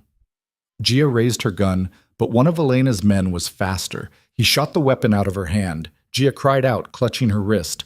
"Don't," Elena said. "This doesn't have to get messier than it already is." "What do you want?" Selena demanded. "Simple." Elena smiled. "You're going to come with me, quietly. And in exchange, I'll call off the attack. Lucien and his sister get to live. And if I refuse, then everyone in this house dies tonight." Elena's voice was ice. Starting with Gia. One of her men pressed a gun to Gia's head. Selena's blood went cold. "Selena, don't," Gia said. "Don't do this." But Selena was already moving forward. "Let her go." "Selena, let her go," Selena repeated. "I'll come with you. Just let her go." Elena nodded. The man released Gia, who stumbled backward. "Run," Selena told her. "Find Lucien. Tell him—" Her voice cracked. "Tell him I'm sorry." Selena, "No." But Elena's men were already grabbing her, zip-tying her wrists, dragging her toward a waiting vehicle. The last thing Selena saw before they threw her into the back of the van was Gia's horrified face. Then the doors slammed shut, and everything went dark. Chachit.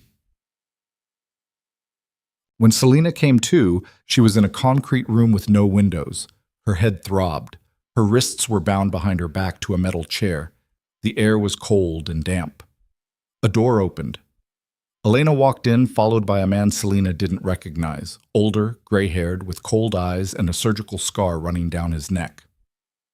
"Selena Vale," the man said in accented English. "I've been wanting to meet you." "Who are you?" "Konstantin Volkov." He smiled. "Elena's father." Selena's stomach dropped.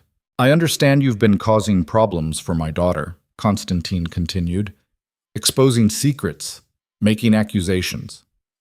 "I told the truth." "The truth is subjective."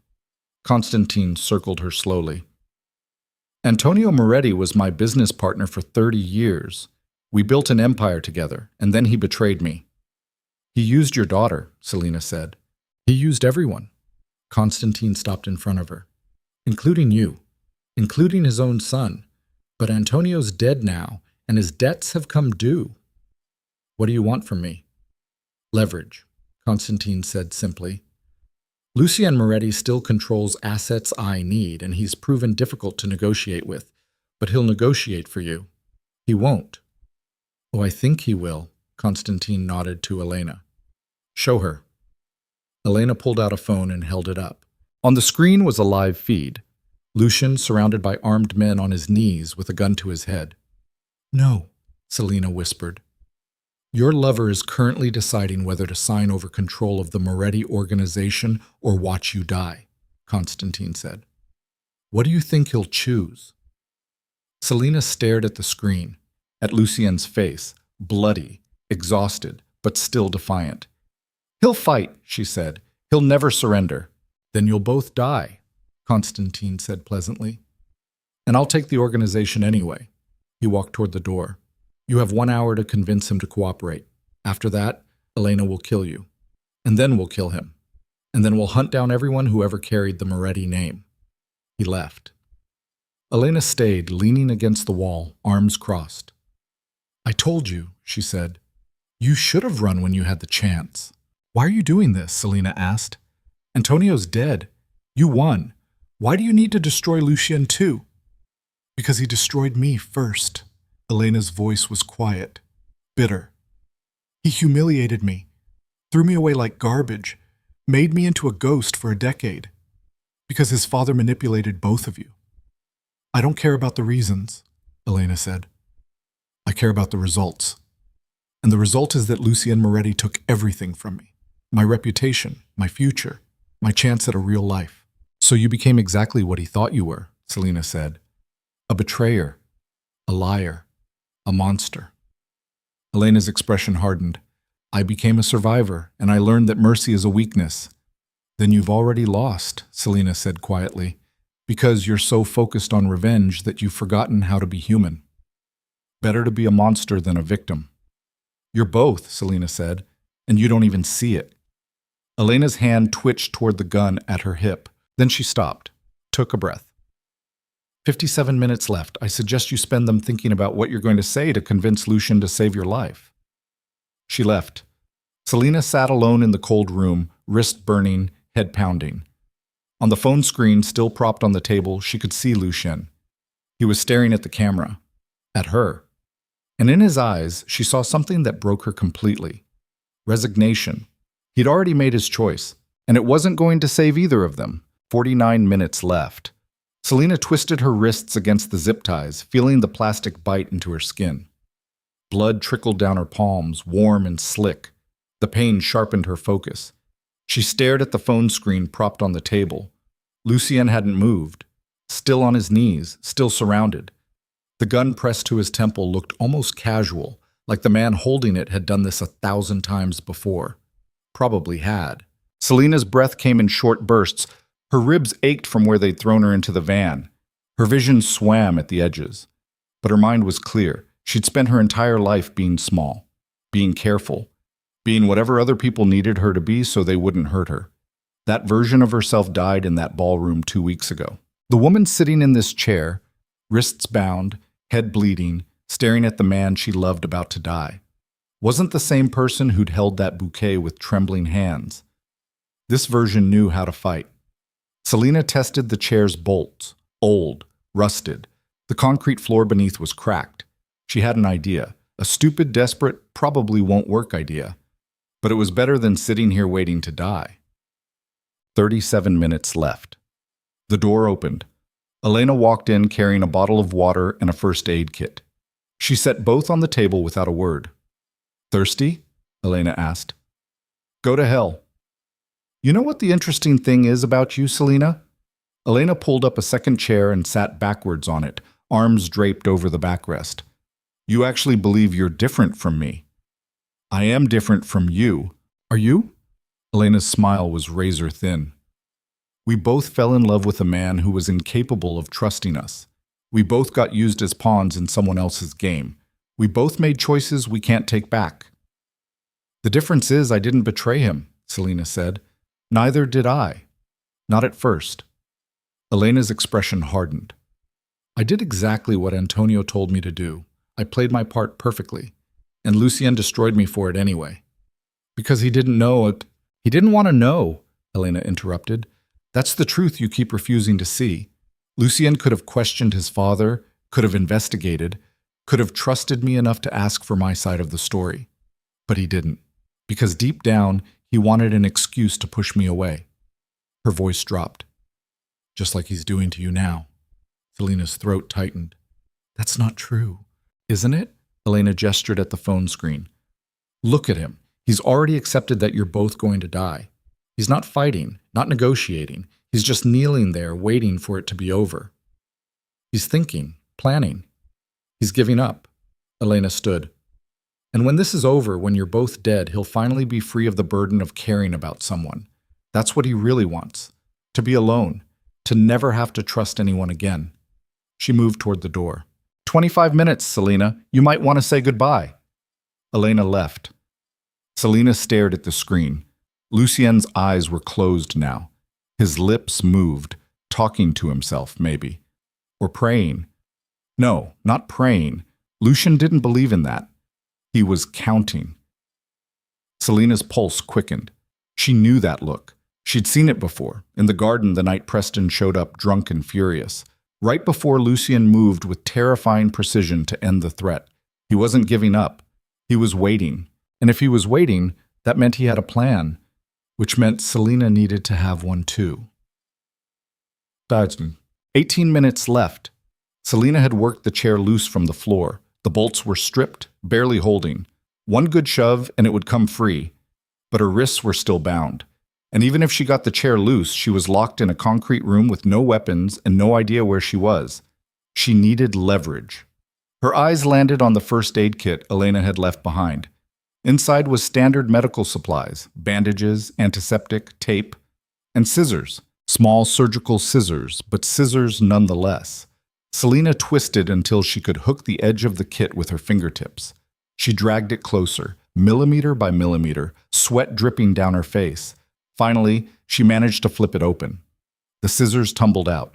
Selena contorted her body, ribs screaming in protest, until she could grip them between bound hands. It took 6 agonizing minutes to saw through the zip ties. When they finally snapped free, Selena nearly sobbed with relief. She flexed her fingers, feeling blood rush back into her hands. Her wrists were raw and bleeding, but she could move them. She stood slowly, testing her balance. The room spun.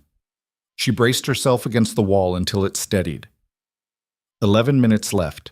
Selena moved to the door and pressed her ear against it. Voices outside. 2 men, speaking in Russian. Footsteps that suggested they were pacing. Guards. She looked around the room for anything she could use as a weapon. Nothing. Just concrete walls, a table, 2 chairs, and the phone still streaming video of Lucien. Wait! Selena grabbed one of the chairs and tested its weight. Heavy. Metal frame. It would have to do. She positioned herself beside the door, chair raised, and took a breath. Then she screamed, "Help! Please! I can't breathe! Help me!" Footsteps outside, voices arguing, the door unlocked. One guard stepped inside. Selena swung the chair with everything she had. It connected with his skull with a sickening crack. He dropped. The second guard rushed in, reaching for his weapon. Selena threw the chair at him. He stumbled. She grabbed the first guard's gun from his holster and fired twice. The second guard went down. Selena stood there, shaking, gun clutched in both hands, ears ringing from the shots. She'd just killed 2 men. The thought threatened to overwhelm her. She shoved it down, locked it away. She could fall apart later, if there was a later. 7 minutes left. Selena grabbed ammunition from both guards, checked the clip, and moved into the hallway. The corridor was industrial. Concrete floors, exposed pipes, fluorescent lights flickering overhead. It stretched in both directions, identical in both ways. She chose left and ran. But 5 minutes left. Selena found stairs leading up. She took them 2 at a time, legs burning, lungs screaming. She burst through a door into what looked like an abandoned warehouse. Massive space, rusted machinery, broken windows letting in moonlight. And voices. Selena dropped into a crouch behind a forklift. Across the warehouse floor, she saw them. Constantine, Elena, and 4 more guards. They stood around a laptop showing the same feed Selena had been watching. Lucien, still on his knees, still waiting. But now there was someone else on screen, a woman with silver hair. Maria, Lucien's mother. As you can see, Constantine was saying into a phone, "We have your mother as well, Lucien, so let's stop pretending you have any leverage here." Selena's blood went cold. On screen, Lucien's eyes opened. His expression was murder. "You have 2 minutes," Constantine continued. "Sign the transfer papers or I start killing your family. Your mother first. Then the girl. Then your sister. Then you. If you hurt them," Lucien's voice came through the laptop speaker, "I will burn your entire bloodline to ash." Brave words from a man on his knees. Constantine glanced at Elena. "Shall we start with the mother? Make him watch?" Elena hesitated, just for a second, but it was enough. Selena stood and fired. The first shot hit the guard nearest to Elena. He went down. Chaos erupted. The remaining guards spun, weapons raised. Constantine dove behind a concrete pillar. Elena pulled her own gun, eyes wild as she searched for the shooter. Selena fired again. Missed. The guards returned fire, bullets sparking off machinery around her. She ran using the warehouse equipment as cover, firing when she could, moving constantly. She took down another guard with a lucky shot to the leg. He screamed and dropped. 2 guards left, plus Elena and Constantine. Selena's gun clicked empty. She ducked behind a metal support beam as bullets tore through the air where she'd been standing. Her heart hammered against her ribs. She fumbled for the spare magazine she'd taken from the guard downstairs. Footsteps approaching. Fast. Selena slammed the magazine home and swung around the beam, firing blind. She hit something, a grunt of pain. The footsteps stopped. When she looked, one of the guards was on the ground clutching his shoulder. 1 guard left. And Elena. And Constantine. Selena! Elena's voice echoed through the warehouse. Stop this! You can't win! Selena didn't answer. She moved to a new position, staying low, scanning for targets. My father has 20 more men outside, Elena shouted. You're only making this worse. Maybe. But Selena wasn't going to die hiding. She spotted movement near the laptop. Elena, trying to reach it, trying to cut the feed. If the feed went dark, whoever had Lucian would assume the deal went bad. They'd kill him. Selena burst from cover and sprinted across the open floor. The last guard saw her, raised his weapon. Selena was faster. She fired 3 times. He dropped. Elena grabbed the laptop and ran for the exit. No! Selena chased her. They crashed through a side door into an alley. Cold air hit Selena's face. The city sprawled around them. Distant lights, the sound of traffic. Elena spun, gun raised. Don't! Selena aimed at her. Put it down! We both know you're not going to shoot me, Elena said. You're not a killer, Selena. Not like me. Not like Lucienne. You're just a waitress who got caught up in something bigger than herself. Maybe I was, Selena said. But people change. Her finger tightened on the trigger. Elena saw it in her eyes. Wait! A shot rang out, but it wasn't Selena who fired. Elena stumbled, eyes wide, a red stain spreading across her side. She looked down at it, confused. Then she collapsed. Behind her, Constantine lowered his gun. Loose ends, he said simply. Then he aimed at Selena. She dove sideways as he fired. The bullet grazed her shoulder, white-hot pain exploding through her arm. Selena hit the ground hard, her gun skittering away. Constantine walked toward her, unhurried. You've been quite the nuisance, Miss Vale. But this ends now. Selena scrambled backward, shoulder screaming. Constantine raised the gun. A black SUV came out of nowhere, tires screeching. It slammed into Constantine, sending him flying. He hit the pavement with a sickening crunch and didn't move. The SUV stopped. The passenger door flew open. Get in, Gia screamed. Selena didn't hesitate. She grabbed her gun, stumbled to her feet, and threw herself into the vehicle. Gia hit the gas before Selena even got the door closed. They tore through the alley, onto the street, into traffic. Are you insane? Gia demanded, taking a corner so fast the SUV went up on 2 wheels. You just attacked a warehouse full of armed men with 1 gun. Where's Lucian? Selena gasped. Industrial District, East Side. We're 3 minutes out. And your mother? Safe? That video was old footage. They never actually had her. Gia glanced at Selena's bleeding shoulder. You need a hospital. I need Lucienne. Selena pressed her hand to the wound, trying to slow the bleeding. How did you find me? Tracker in your phone. Lucienne activated it before they took you. Gia ran a red light, horn blaring. He's been coordinating with our security team since the minute you disappeared. The whole kneeling execution thing was a stall tactic. He knew I'd escape. He hoped you would. Gia's voice softened. He said you were tougher than Elena ever was. That if anyone could survive Konstantin Volkov, it would be you. Selena's throat tightened.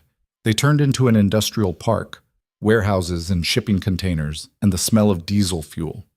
Ahead, Selena saw headlights, multiple vehicles, men with guns, and in the center of it all, Lucienne, no longer on his knees, standing, talking to a man Selena didn't recognize. Gia screeched to a stop. Selena was out of the vehicle before it fully stopped moving, shoulder burning, vision swimming. "Lucien!" He turned. For a moment, they just stared at each other across the distance. Then Lucien was running. They collided in the middle of the lot. Lucien caught her, hands framing her face, eyes wild as he scanned her for injuries. "You're bleeding," he said hoarsely. "I'm alive." "Constantine." "Dead, I think." "Elena's shot. Your mother's safe. Gia got me out." The words tumbled over each other. "I had to. I couldn't just sit there. I know." Lucien pulled her against his chest, and Selena felt him shaking. "I know." They held each other while chaos swirled around them. Finally, Lucien pulled back. "We need to move. Constantine's people are regrouping. This isn't over." "What's the plan?" "We disappear." Lucien looked at Gia. "You, me, Selena, and Maria. We take what we can carry and we vanish. Tonight." "What about the organization?" Gia asked. "Let it burn." Lucien's voice was flat. "I don't want it anymore." "Lucien, I almost lost you," he said quietly, looking at Selena. "Both of you. I'm done. I'm done with this life, this legacy, all of it." Before anyone could respond, gunfire erupted from the south end of the lot. Men in black tactical gear poured out of the shadows, weapons blazing. "Get down!"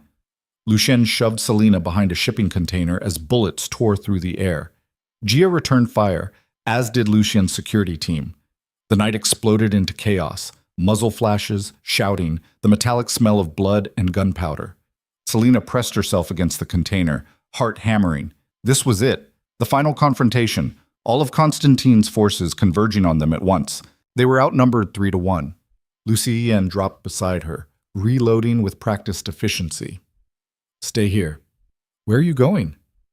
"To end this." He met her eyes. "If I don't make it, don't."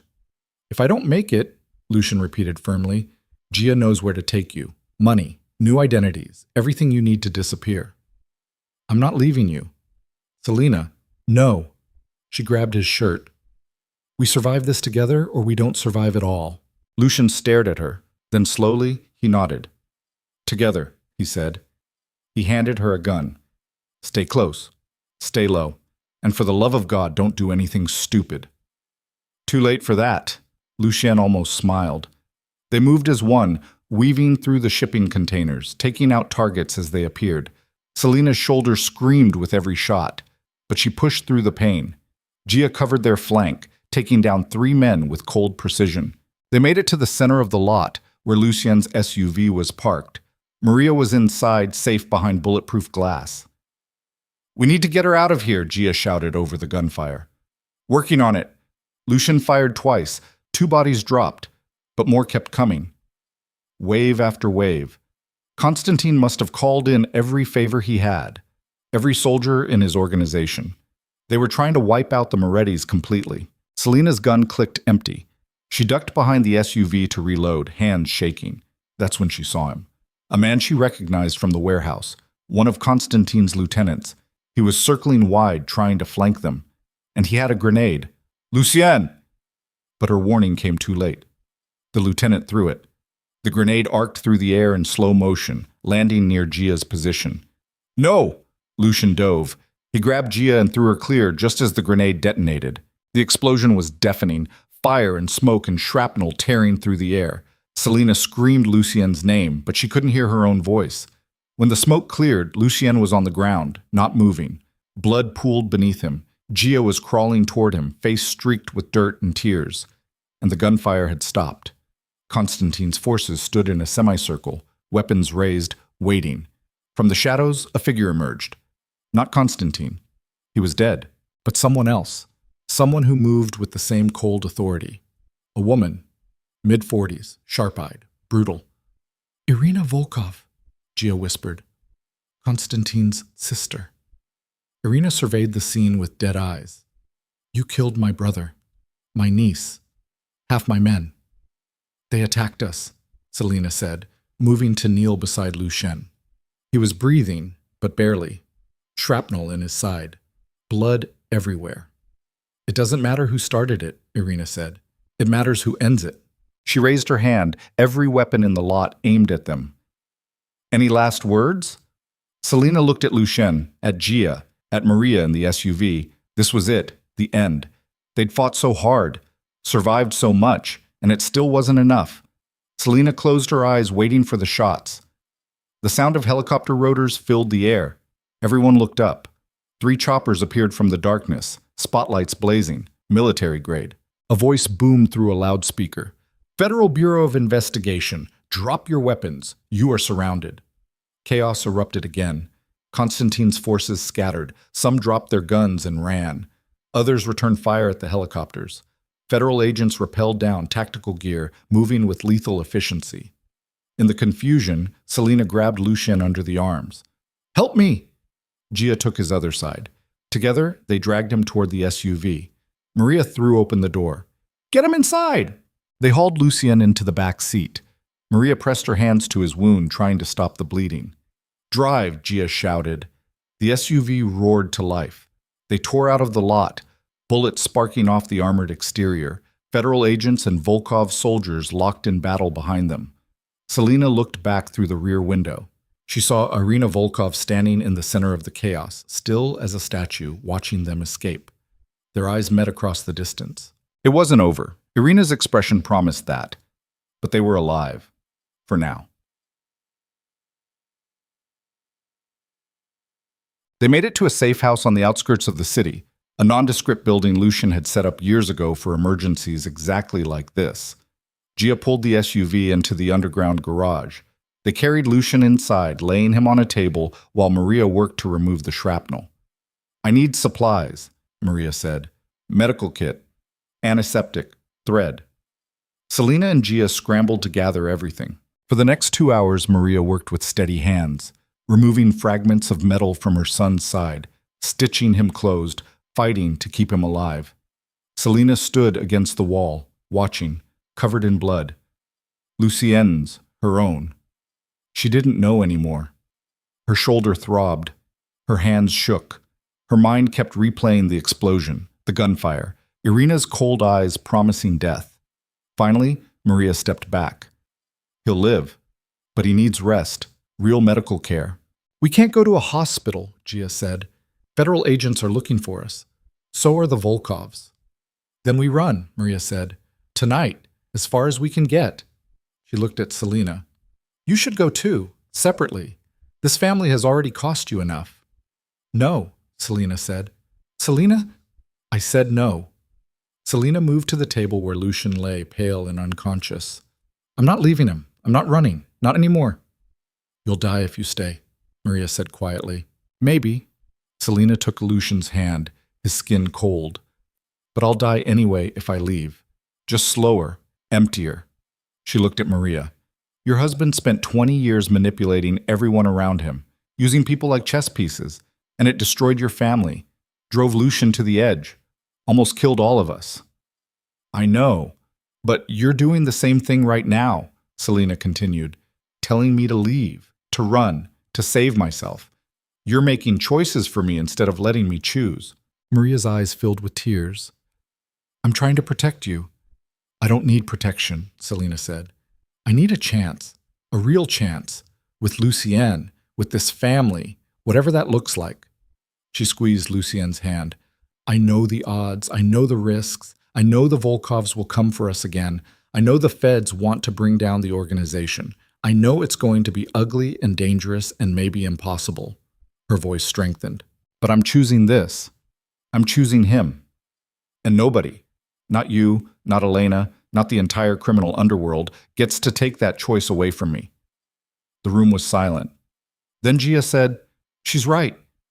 Maria looked at her daughter. Gia. She's right, Mom. Gia moved to stand beside Selena. We've been running from the truth for too long, hiding from what Dad did, pretending we could fix it by controlling everyone around us. But it doesn't work like that. She glanced at Lucien. He needs to make his own choices too, and if he chooses Selena, if he chooses to walk away from all of this, we support him.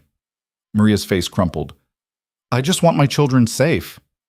We know, Selena said gently, but safe isn't the same as alive. Maria wiped her eyes. You're very brave. Or very foolish. Both, Selena said. Definitely both. Maria almost smiled. Then Lucien stirred. Everyone moved closer as his eyes fluttered open. He looked around, disoriented, until his gaze landed on Selena. You're still here, he said hoarsely. Where else would I be? Smart. Far away from me. Too late for smart. Selena touched his face. You're stuck with me. Lucian's hand came up to cover hers. The Volkovs? Our problem for tomorrow, Gia interrupted. Tonight, you rest. We need to leave. We will, Maria said, but not until you can walk without bleeding out. Lucien looked like he wanted to argue. Then he saw the exhaustion on everyone's faces and went quiet. Fine, he said. Tomorrow. He held Selena's gaze. We end this tomorrow. Selena nodded. Because tomorrow, one way or another, the war would be over. Either they'd destroy the Volkovs completely, or the Volkovs would destroy them. There was no middle ground anymore, no compromise, no escape, just one final battle that would decide everything. And Selena realized with strange clarity that she was ready for it. She'd been running her whole life, from poverty, from Preston, from the truth about her father, but she was done running. Tomorrow she'd stand and fight, beside the man she loved, for the life they might still have, if they survived. Dawn broke cold and gray over the safe house. Selena stood by the window, watching the city wake up beyond the industrial district. Her shoulder was bandaged tight, still throbbing with every breath.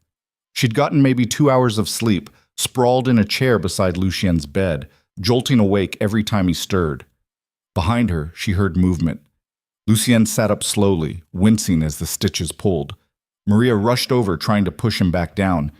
You need to rest. I've rested enough. Lucien swung his legs over the side of the bed, testing his balance. His face was pale, jaw set with determination. Irina Volkov won't wait for me to feel better. She's coming. Today. How do you know? Gia asked from the doorway. Because it's what I do. Lucien stood, gripping the table for support. We hit them hard. Killed her brother. Exposed their operation to federal agents. She can't let that stand. She has to retaliate immediately or lose credibility with every family watching. So what's the play? Gia crossed her arms. We can't fight an army with 4 people and a handful of guns. We don't fight the army. Lucien looked at Selena. We cut off the head. Selena turned from the window. Irina. She's at the Volkov estate outside the city. Heavy security, but not impenetrable. Lucien moved to a map spread across the table. My father and Konstantin used to do business there. I know the layout, the weak points. You want to walk into her house and kill her? Maria said quietly. Yes. That's suicide. Maybe. Lucien's gaze didn't waver. But it's the only way to end this. If we run, she hunts us forever. If we hide, she finds us eventually. Our only option is to make her afraid of us. By killing her? Selena asked. By proving we're willing to lose everything to take her down. Lucien looked around the room. If we hit the estate, make it bloody enough, brutal enough, word spreads. The other families see that the Morettis don't back down, don't negotiate, that we're too dangerous to pursue. Or they see we're desperate and vulnerable, Gia countered, and they finish what the Volkovs started.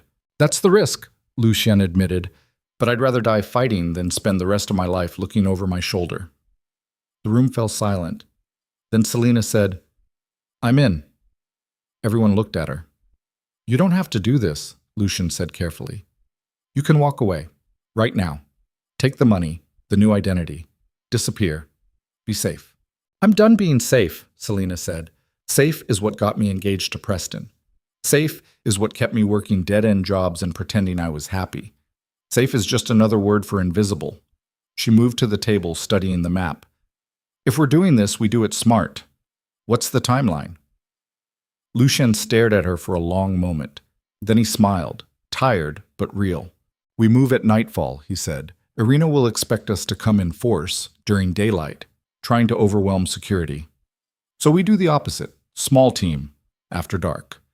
We slip in, find her, and end it before anyone realizes we're there. And if we can't slip in, Gia asked? Then we make a lot of noise. Lucien said grimly, "and hope we take enough of them down before they take us." Mocking. They spent the day preparing. Lucien walked Selena and Gia through the estate's layout using the map and old photographs. The main house was a fortress, stone walls, cameras, armed patrols. But there was a service entrance used by kitchen staff, less guarded, accessible through a drainage tunnel that ran beneath the property. "We go in through this tunnel," Lucien explained. "Come up inside the house. Irina will be in the study on the second floor. That's where Constantine always conducted business." "What about security inside?" Selena asked. "At least a dozen guards, maybe more." Lucien's finger traced a path through the house. "We move fast. Stay quiet. Anyone who sees us can't be allowed to raise the alarm." "So we kill them," Selena said flatly. Lucien looked at her. "Yes." Selena nodded. She'd already crossed that line in the warehouse. Adding more blood to her hands wouldn't change what she'd become. Maria packed supplies, first aid, ammunition, protein bars, water. She moved with quiet efficiency, not looking at any of them. Finally, Gia said, "Mom, you're coming too. Someone needs to drive the getaway vehicle." Maria set down the supplies. "I'm not letting my children walk into that house alone." "You're not walking in with us," Lucien said firmly. "You're staying with the vehicle. If something goes wrong, if we don't come back, you drive away. You disappear. You survive." "Lucien, that's the deal." His voice was steel. "You get us there. You wait. If we make it out, you get us away. If we don't, you live. Non-negotiable." Maria's eyes filled with tears, but she nodded. They loaded weapons, checked equipment, went over the plan 3 more times until everyone had it memorized.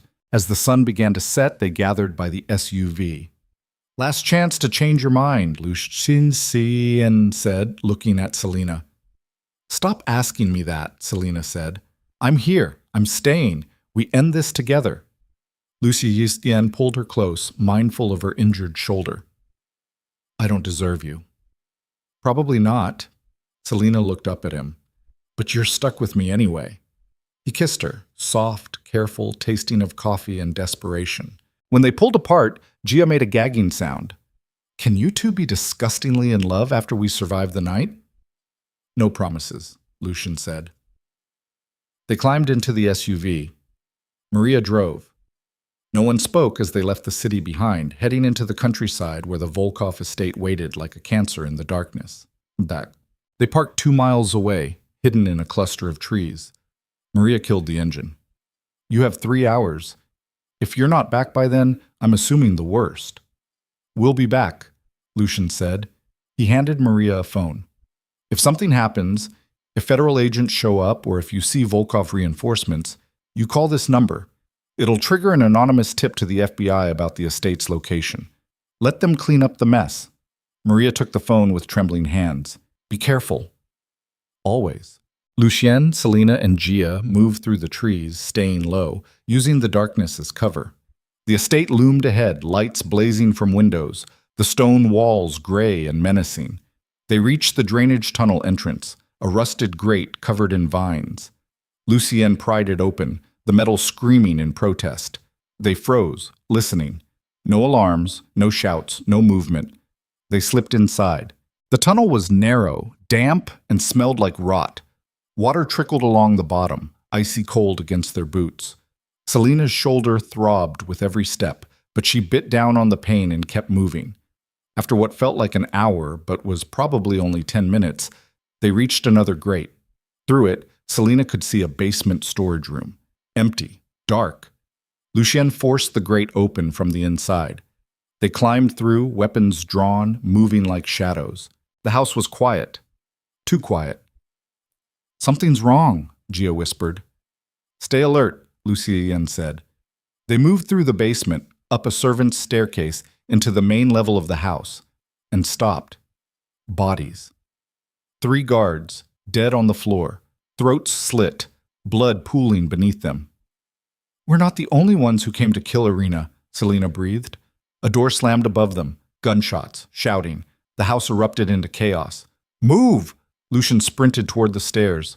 They took them 2 at a time, emerging onto the second floor into a war zone. More bodies. Men in tactical gear, not Volkov security. Someone else. attacking in force. Who the hell are they? Gia demanded. Don't know. Don't care. Lucian fired at a figure emerging from a side room. The man dropped. We find Irina before they do. They fought their way down the hallway, stepping over bodies, trading shots with attackers who seemed just as confused about who was who. Selena's gun clicked empty. She grabbed a weapon from a dead guard and kept moving. They reached the study door. It was ajar. Bullet holes splintered through the wood. Lucian kicked it open. Inside, Irina Volkov stood behind a massive desk, gun in hand, face streaked with blood. 3 bodies lay at her feet. She turned as they entered, eyes wild. Moretti, she snarled. Come to finish what your father started? Something like that, Lucian said. You're too late, Irina laughed bitterly. The other families have already made their move. They think with Constantine dead and the feds circling, they can carve up our territory, kill me, take what's left. Who are they? Does it matter? Irina's gun hand shook. You wanted a war. You got one. Now everyone's dying. She raised her weapon. Lucien was faster. He fired. Irina stumbled back, clutching her chest, shock written across her face. She collapsed behind the desk. Selena moved forward, checking the body. She's dead. Good. Lucien turned toward the door. An explosion rocked the house. The floor buckled. The ceiling cracked. Dust and debris rained down. They're trying to bring the whole place down, Gia shouted. Out! Now! They ran. Back through the hallway, dodging falling beams and spreading fire. The house was coming apart around them, flames licking up the walls, smoke choking the air. Selena's lungs burned. Her vision swam. Beside her, Lucian stumbled, the stitches in his side tearing open. Keep moving! Gia grabbed his arm, hauling him forward. They made it to the stairs, took them 3 at a time, hitting the main floor just as another explosion tore through the east wing. The front door was blocked by flames. Back entrance, Lucian gasped. They changed direction, running through the kitchen, past more bodies, into a mudroom. The back door was locked. Move! Selena fired at the lock until it shattered. They burst outside into the cold night air, gasping, covered in soot and blood. Behind them, the Volkov estate burned like a funeral pyre, flames reaching toward the sky. Figures emerged from the tree line, armed, moving toward them. Run! Lucien shoved Selena forward. They sprinted across the grounds, bullets whining past their heads. Selena's shoulder screamed. Lucien was limping badly. Gia returned fire, taking down 2 pursuers. The trees. They just needed to reach the trees. 50 yards. 40. 30. A bullet caught Gia's leg. She went down hard. No! Selena skidded to a stop, reaching for her. Lucien grabbed Gia under the arms. Keep moving. They hauled her between them, half dragging, half carrying, as bullets tore up the ground around them. 20 yards, 10. They hit the tree line and dove into cover. Behind them, the pursuit seemed to slow. Confused voices. The attackers weren't interested in them. They were focused on the burning estate, on claiming whatever was left. Come on! Lucien pulled them deeper into the trees. Maria's waiting. They stumbled through the darkness, exhausted, bleeding, barely holding together. When they finally saw the SUV, Selena nearly sobbed with relief. Maria threw open the door. Get in! They collapsed inside. Maria hit the gas before the doors were even closed. The SUV tore down the dirt road, away from the flames, away from the death, away from the life they'd known. No one spoke for a long time. Finally, Gia said, Irina's dead. The estate's destroyed. It's over. Not yet, Lucien said quietly, staring out the window. The other families will want answers, want to know if we're a threat or an opportunity. What do we tell them? Selena asked. Lucien was quiet for a long moment. Then he said, the truth, that the Moretti organization is done, that I'm out, that anyone who comes after my family will regret it, but I'm not looking for more enemies. They'll think you're weak, Gia said. Let them. Lucien looked at his sister. I'd rather be weak and alive than powerful and dead. Maria met his eyes in the rearview mirror. Your father would have been ashamed of that. I know, Lucien said, and I don't care anymore. They drove through the night, putting as many miles as possible between themselves and the burning estate. By dawn, they'd crossed 2 state lines. Maria pulled into a roadside motel. Cheap, anonymous, the kind of place that didn't ask questions. They got 2 rooms. Maria and Gia took one. Lucien and Selena took the other. Inside, Selena helped Lucien peel off his blood-soaked shirt. The stitches Maria had done so carefully were torn, the wound seeping. "You need a real doctor," Selena said. "I need sleep," Lucien countered. "And whiskey. And about 3 days without anyone trying to kill me." 2 out of 3. Selena found a first aid kit in the bathroom and set about re-cleaning his wound. "No whiskey until you're not bleeding." Lucien watched her work with dark, tired eyes. "You shouldn't be here." "Stop saying that. It's true." His hand caught hers. "You could have walked away so many times. Should have. But you stayed. Why?" Selena set down the antiseptic and looked at him. "Because walking away means admitting that Preston was right, that I'm nothing, that I don't deserve anything better than what people decide to give me." She pressed gauze to his wound, taping it carefully. "Staying with you, fighting beside you. It's not about you saving me, Lucien. It's about me saving myself, proving that I'm not the girl who stood in that hallway with flowers in her hands, waiting for someone else to decide her worth." Lucien's jaw worked. "And now?" "Now I know." Selena met his gaze. "I'm not that girl anymore. I'm someone who walks through fire and comes out the other side. Someone who fights back. Someone who chooses her own life instead of accepting whatever scraps other people offer." She touched his face. "You didn't rescue me from Preston. You just reminded me that I could rescue myself." Lucien pulled her closer, careful of her shoulder. "I love you." "I know." "That's it? Just I know?" Selena smiled. "What do you want me to say? That I love you too? That you're everything I never knew I needed? That I'd walk through hell 1,000 times if it meant being with you? Any of that would be nice." "Fine." Selena kissed him softly. "I love you, Lucien Moretti, even though you're a complete disaster, even though your family is insane, even though loving you means accepting a life I never wanted and can't predict. But there's no one else I'd rather stand beside when the world is burning." Lucien kissed her back, deeper this time, hands tangling in her hair. When they finally pulled apart, both breathless, he said, "What now?" "Now we figure out how to actually live," Selena said. "Not survive. Live." "I don't know how to do that." "Neither do I." Selena settled beside him on the bed. "But we'll figure it out together." They lay there as dawn light filtered through the cheap curtains, 2 broken people holding on to each other like lifelines, and let themselves believe just for a moment that maybe they really had survived. Maybe the worst was actually over. Maybe they'd finally earned something close to peace. 3 months later, Selena stood on the balcony of a small house overlooking the Pacific Ocean. The house was nothing fancy. 2 bedrooms, peeling paint, a roof that leaked when it rained. But it was theirs. Bought with clean money from the sale of Maria's jewelry and whatever legitimate assets Lucien had managed to hide before the organization collapsed. Behind her, she heard footsteps. Lucien wrapped his arms around her waist, chin resting on her good shoulder. "What are you thinking about?" "How different this is from where I thought I'd be." "Good different or bad different?" "I don't know yet." Selena leaned back against him. "Ask me in a year." They'd spent the last 3 months building something that resembled a life. Lucien had sat down with representatives from the 5 major families and formally dissolved the Moretti organization. He'd turned over territory, split assets, and made it clear he was out. Retired. Done.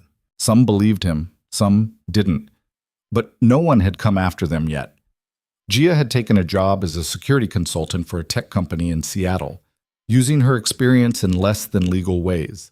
She called once a week to complain about boring corporate life and ask when they'd visit. Maria had moved to a small town in Colorado where no one knew her name or her history.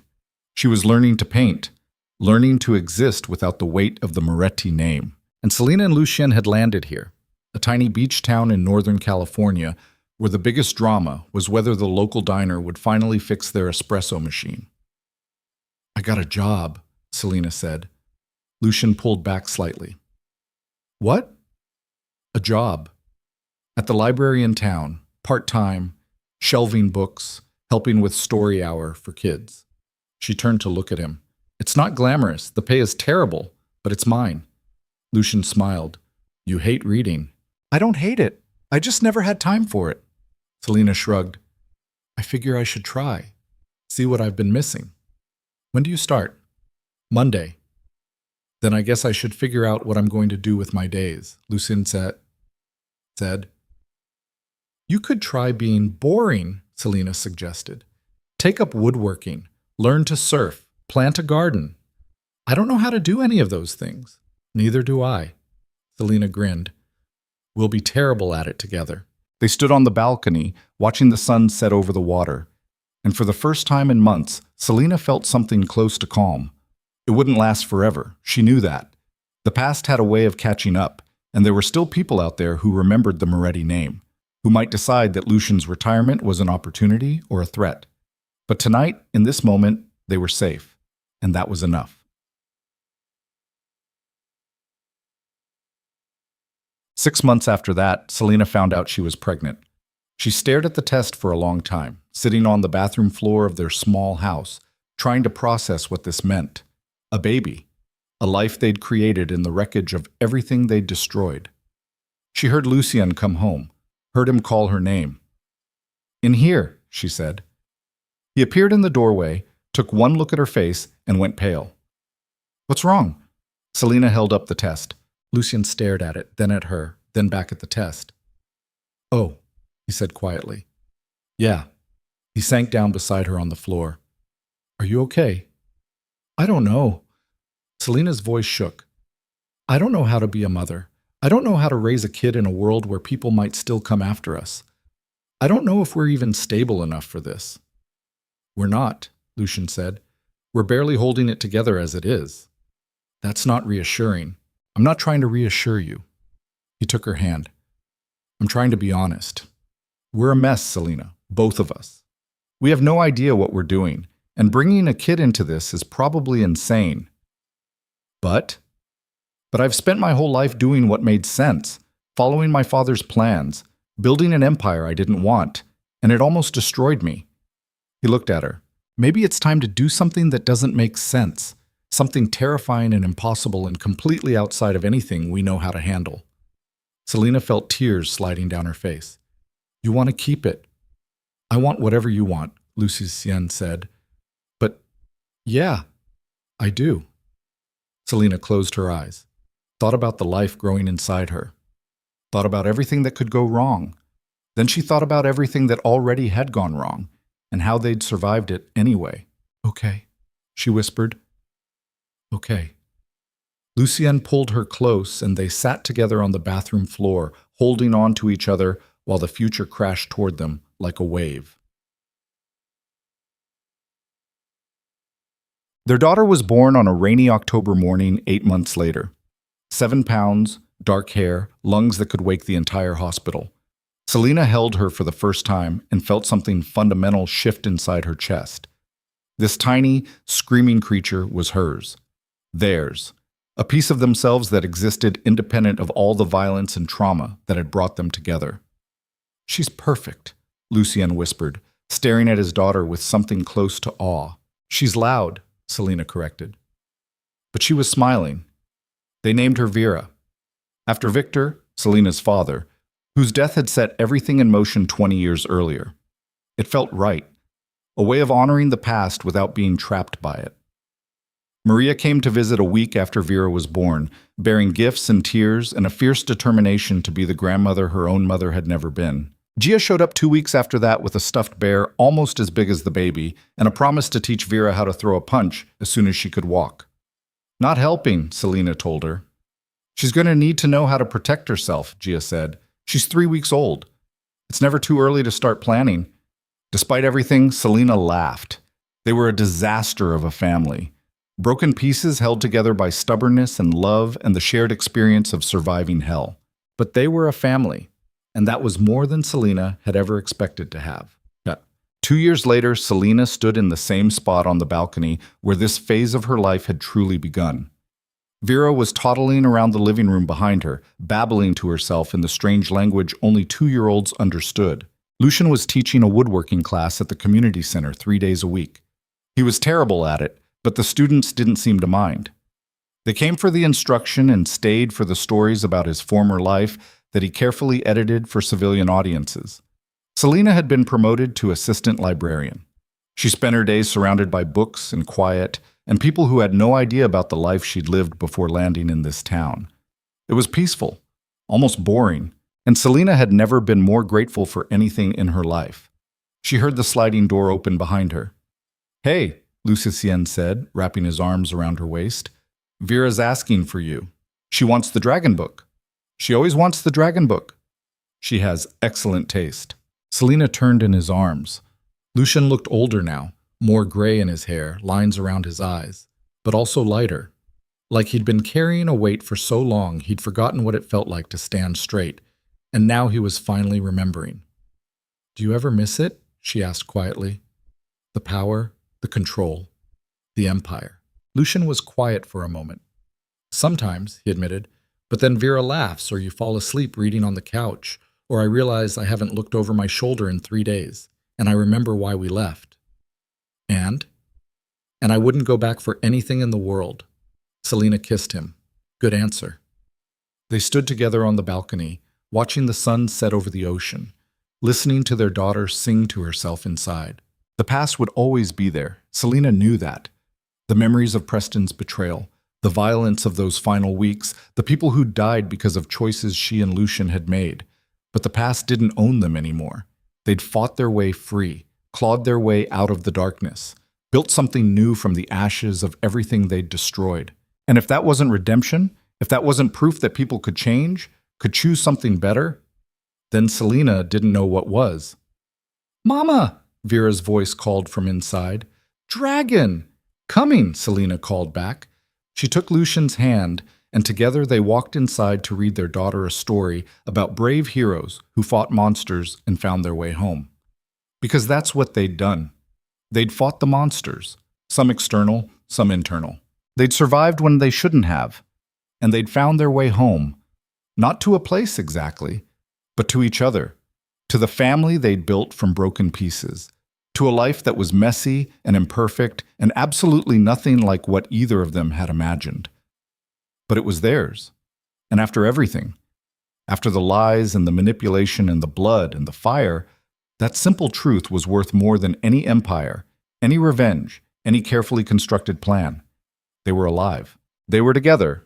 They were free. And that was enough.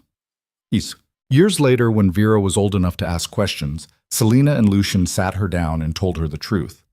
Not all of it.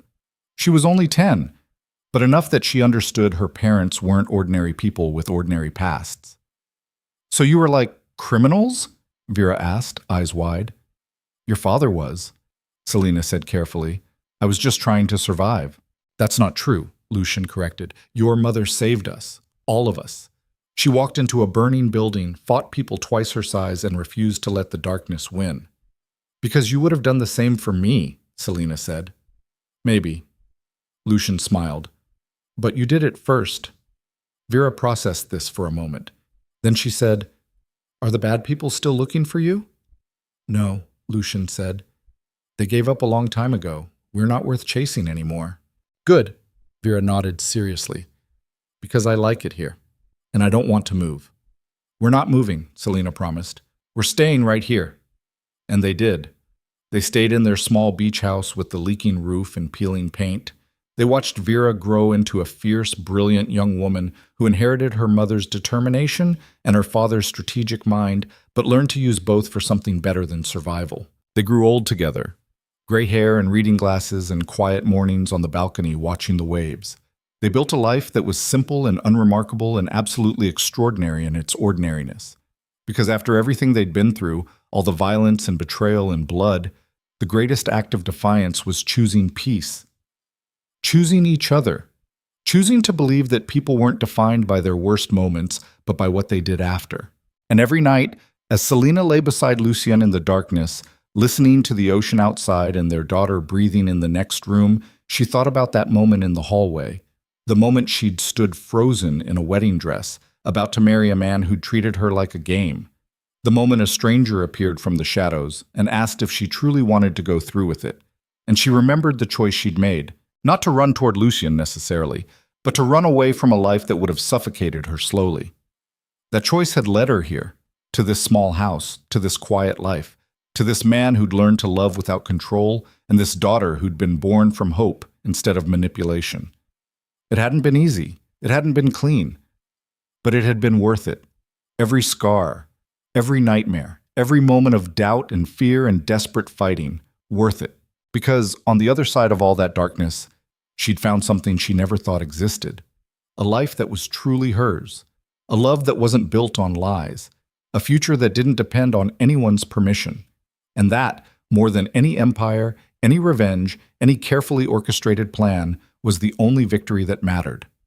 Selena closed her eyes, Lucien's arm warm around her waist, and let herself believe in the impossibility of happy endings.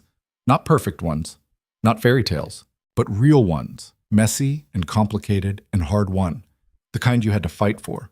The kind that made all the fighting worthwhile. The kind that reminded you on the darkest nights that you'd survived. And survival, true survival, not just breathing but actually living, was its own form of grace.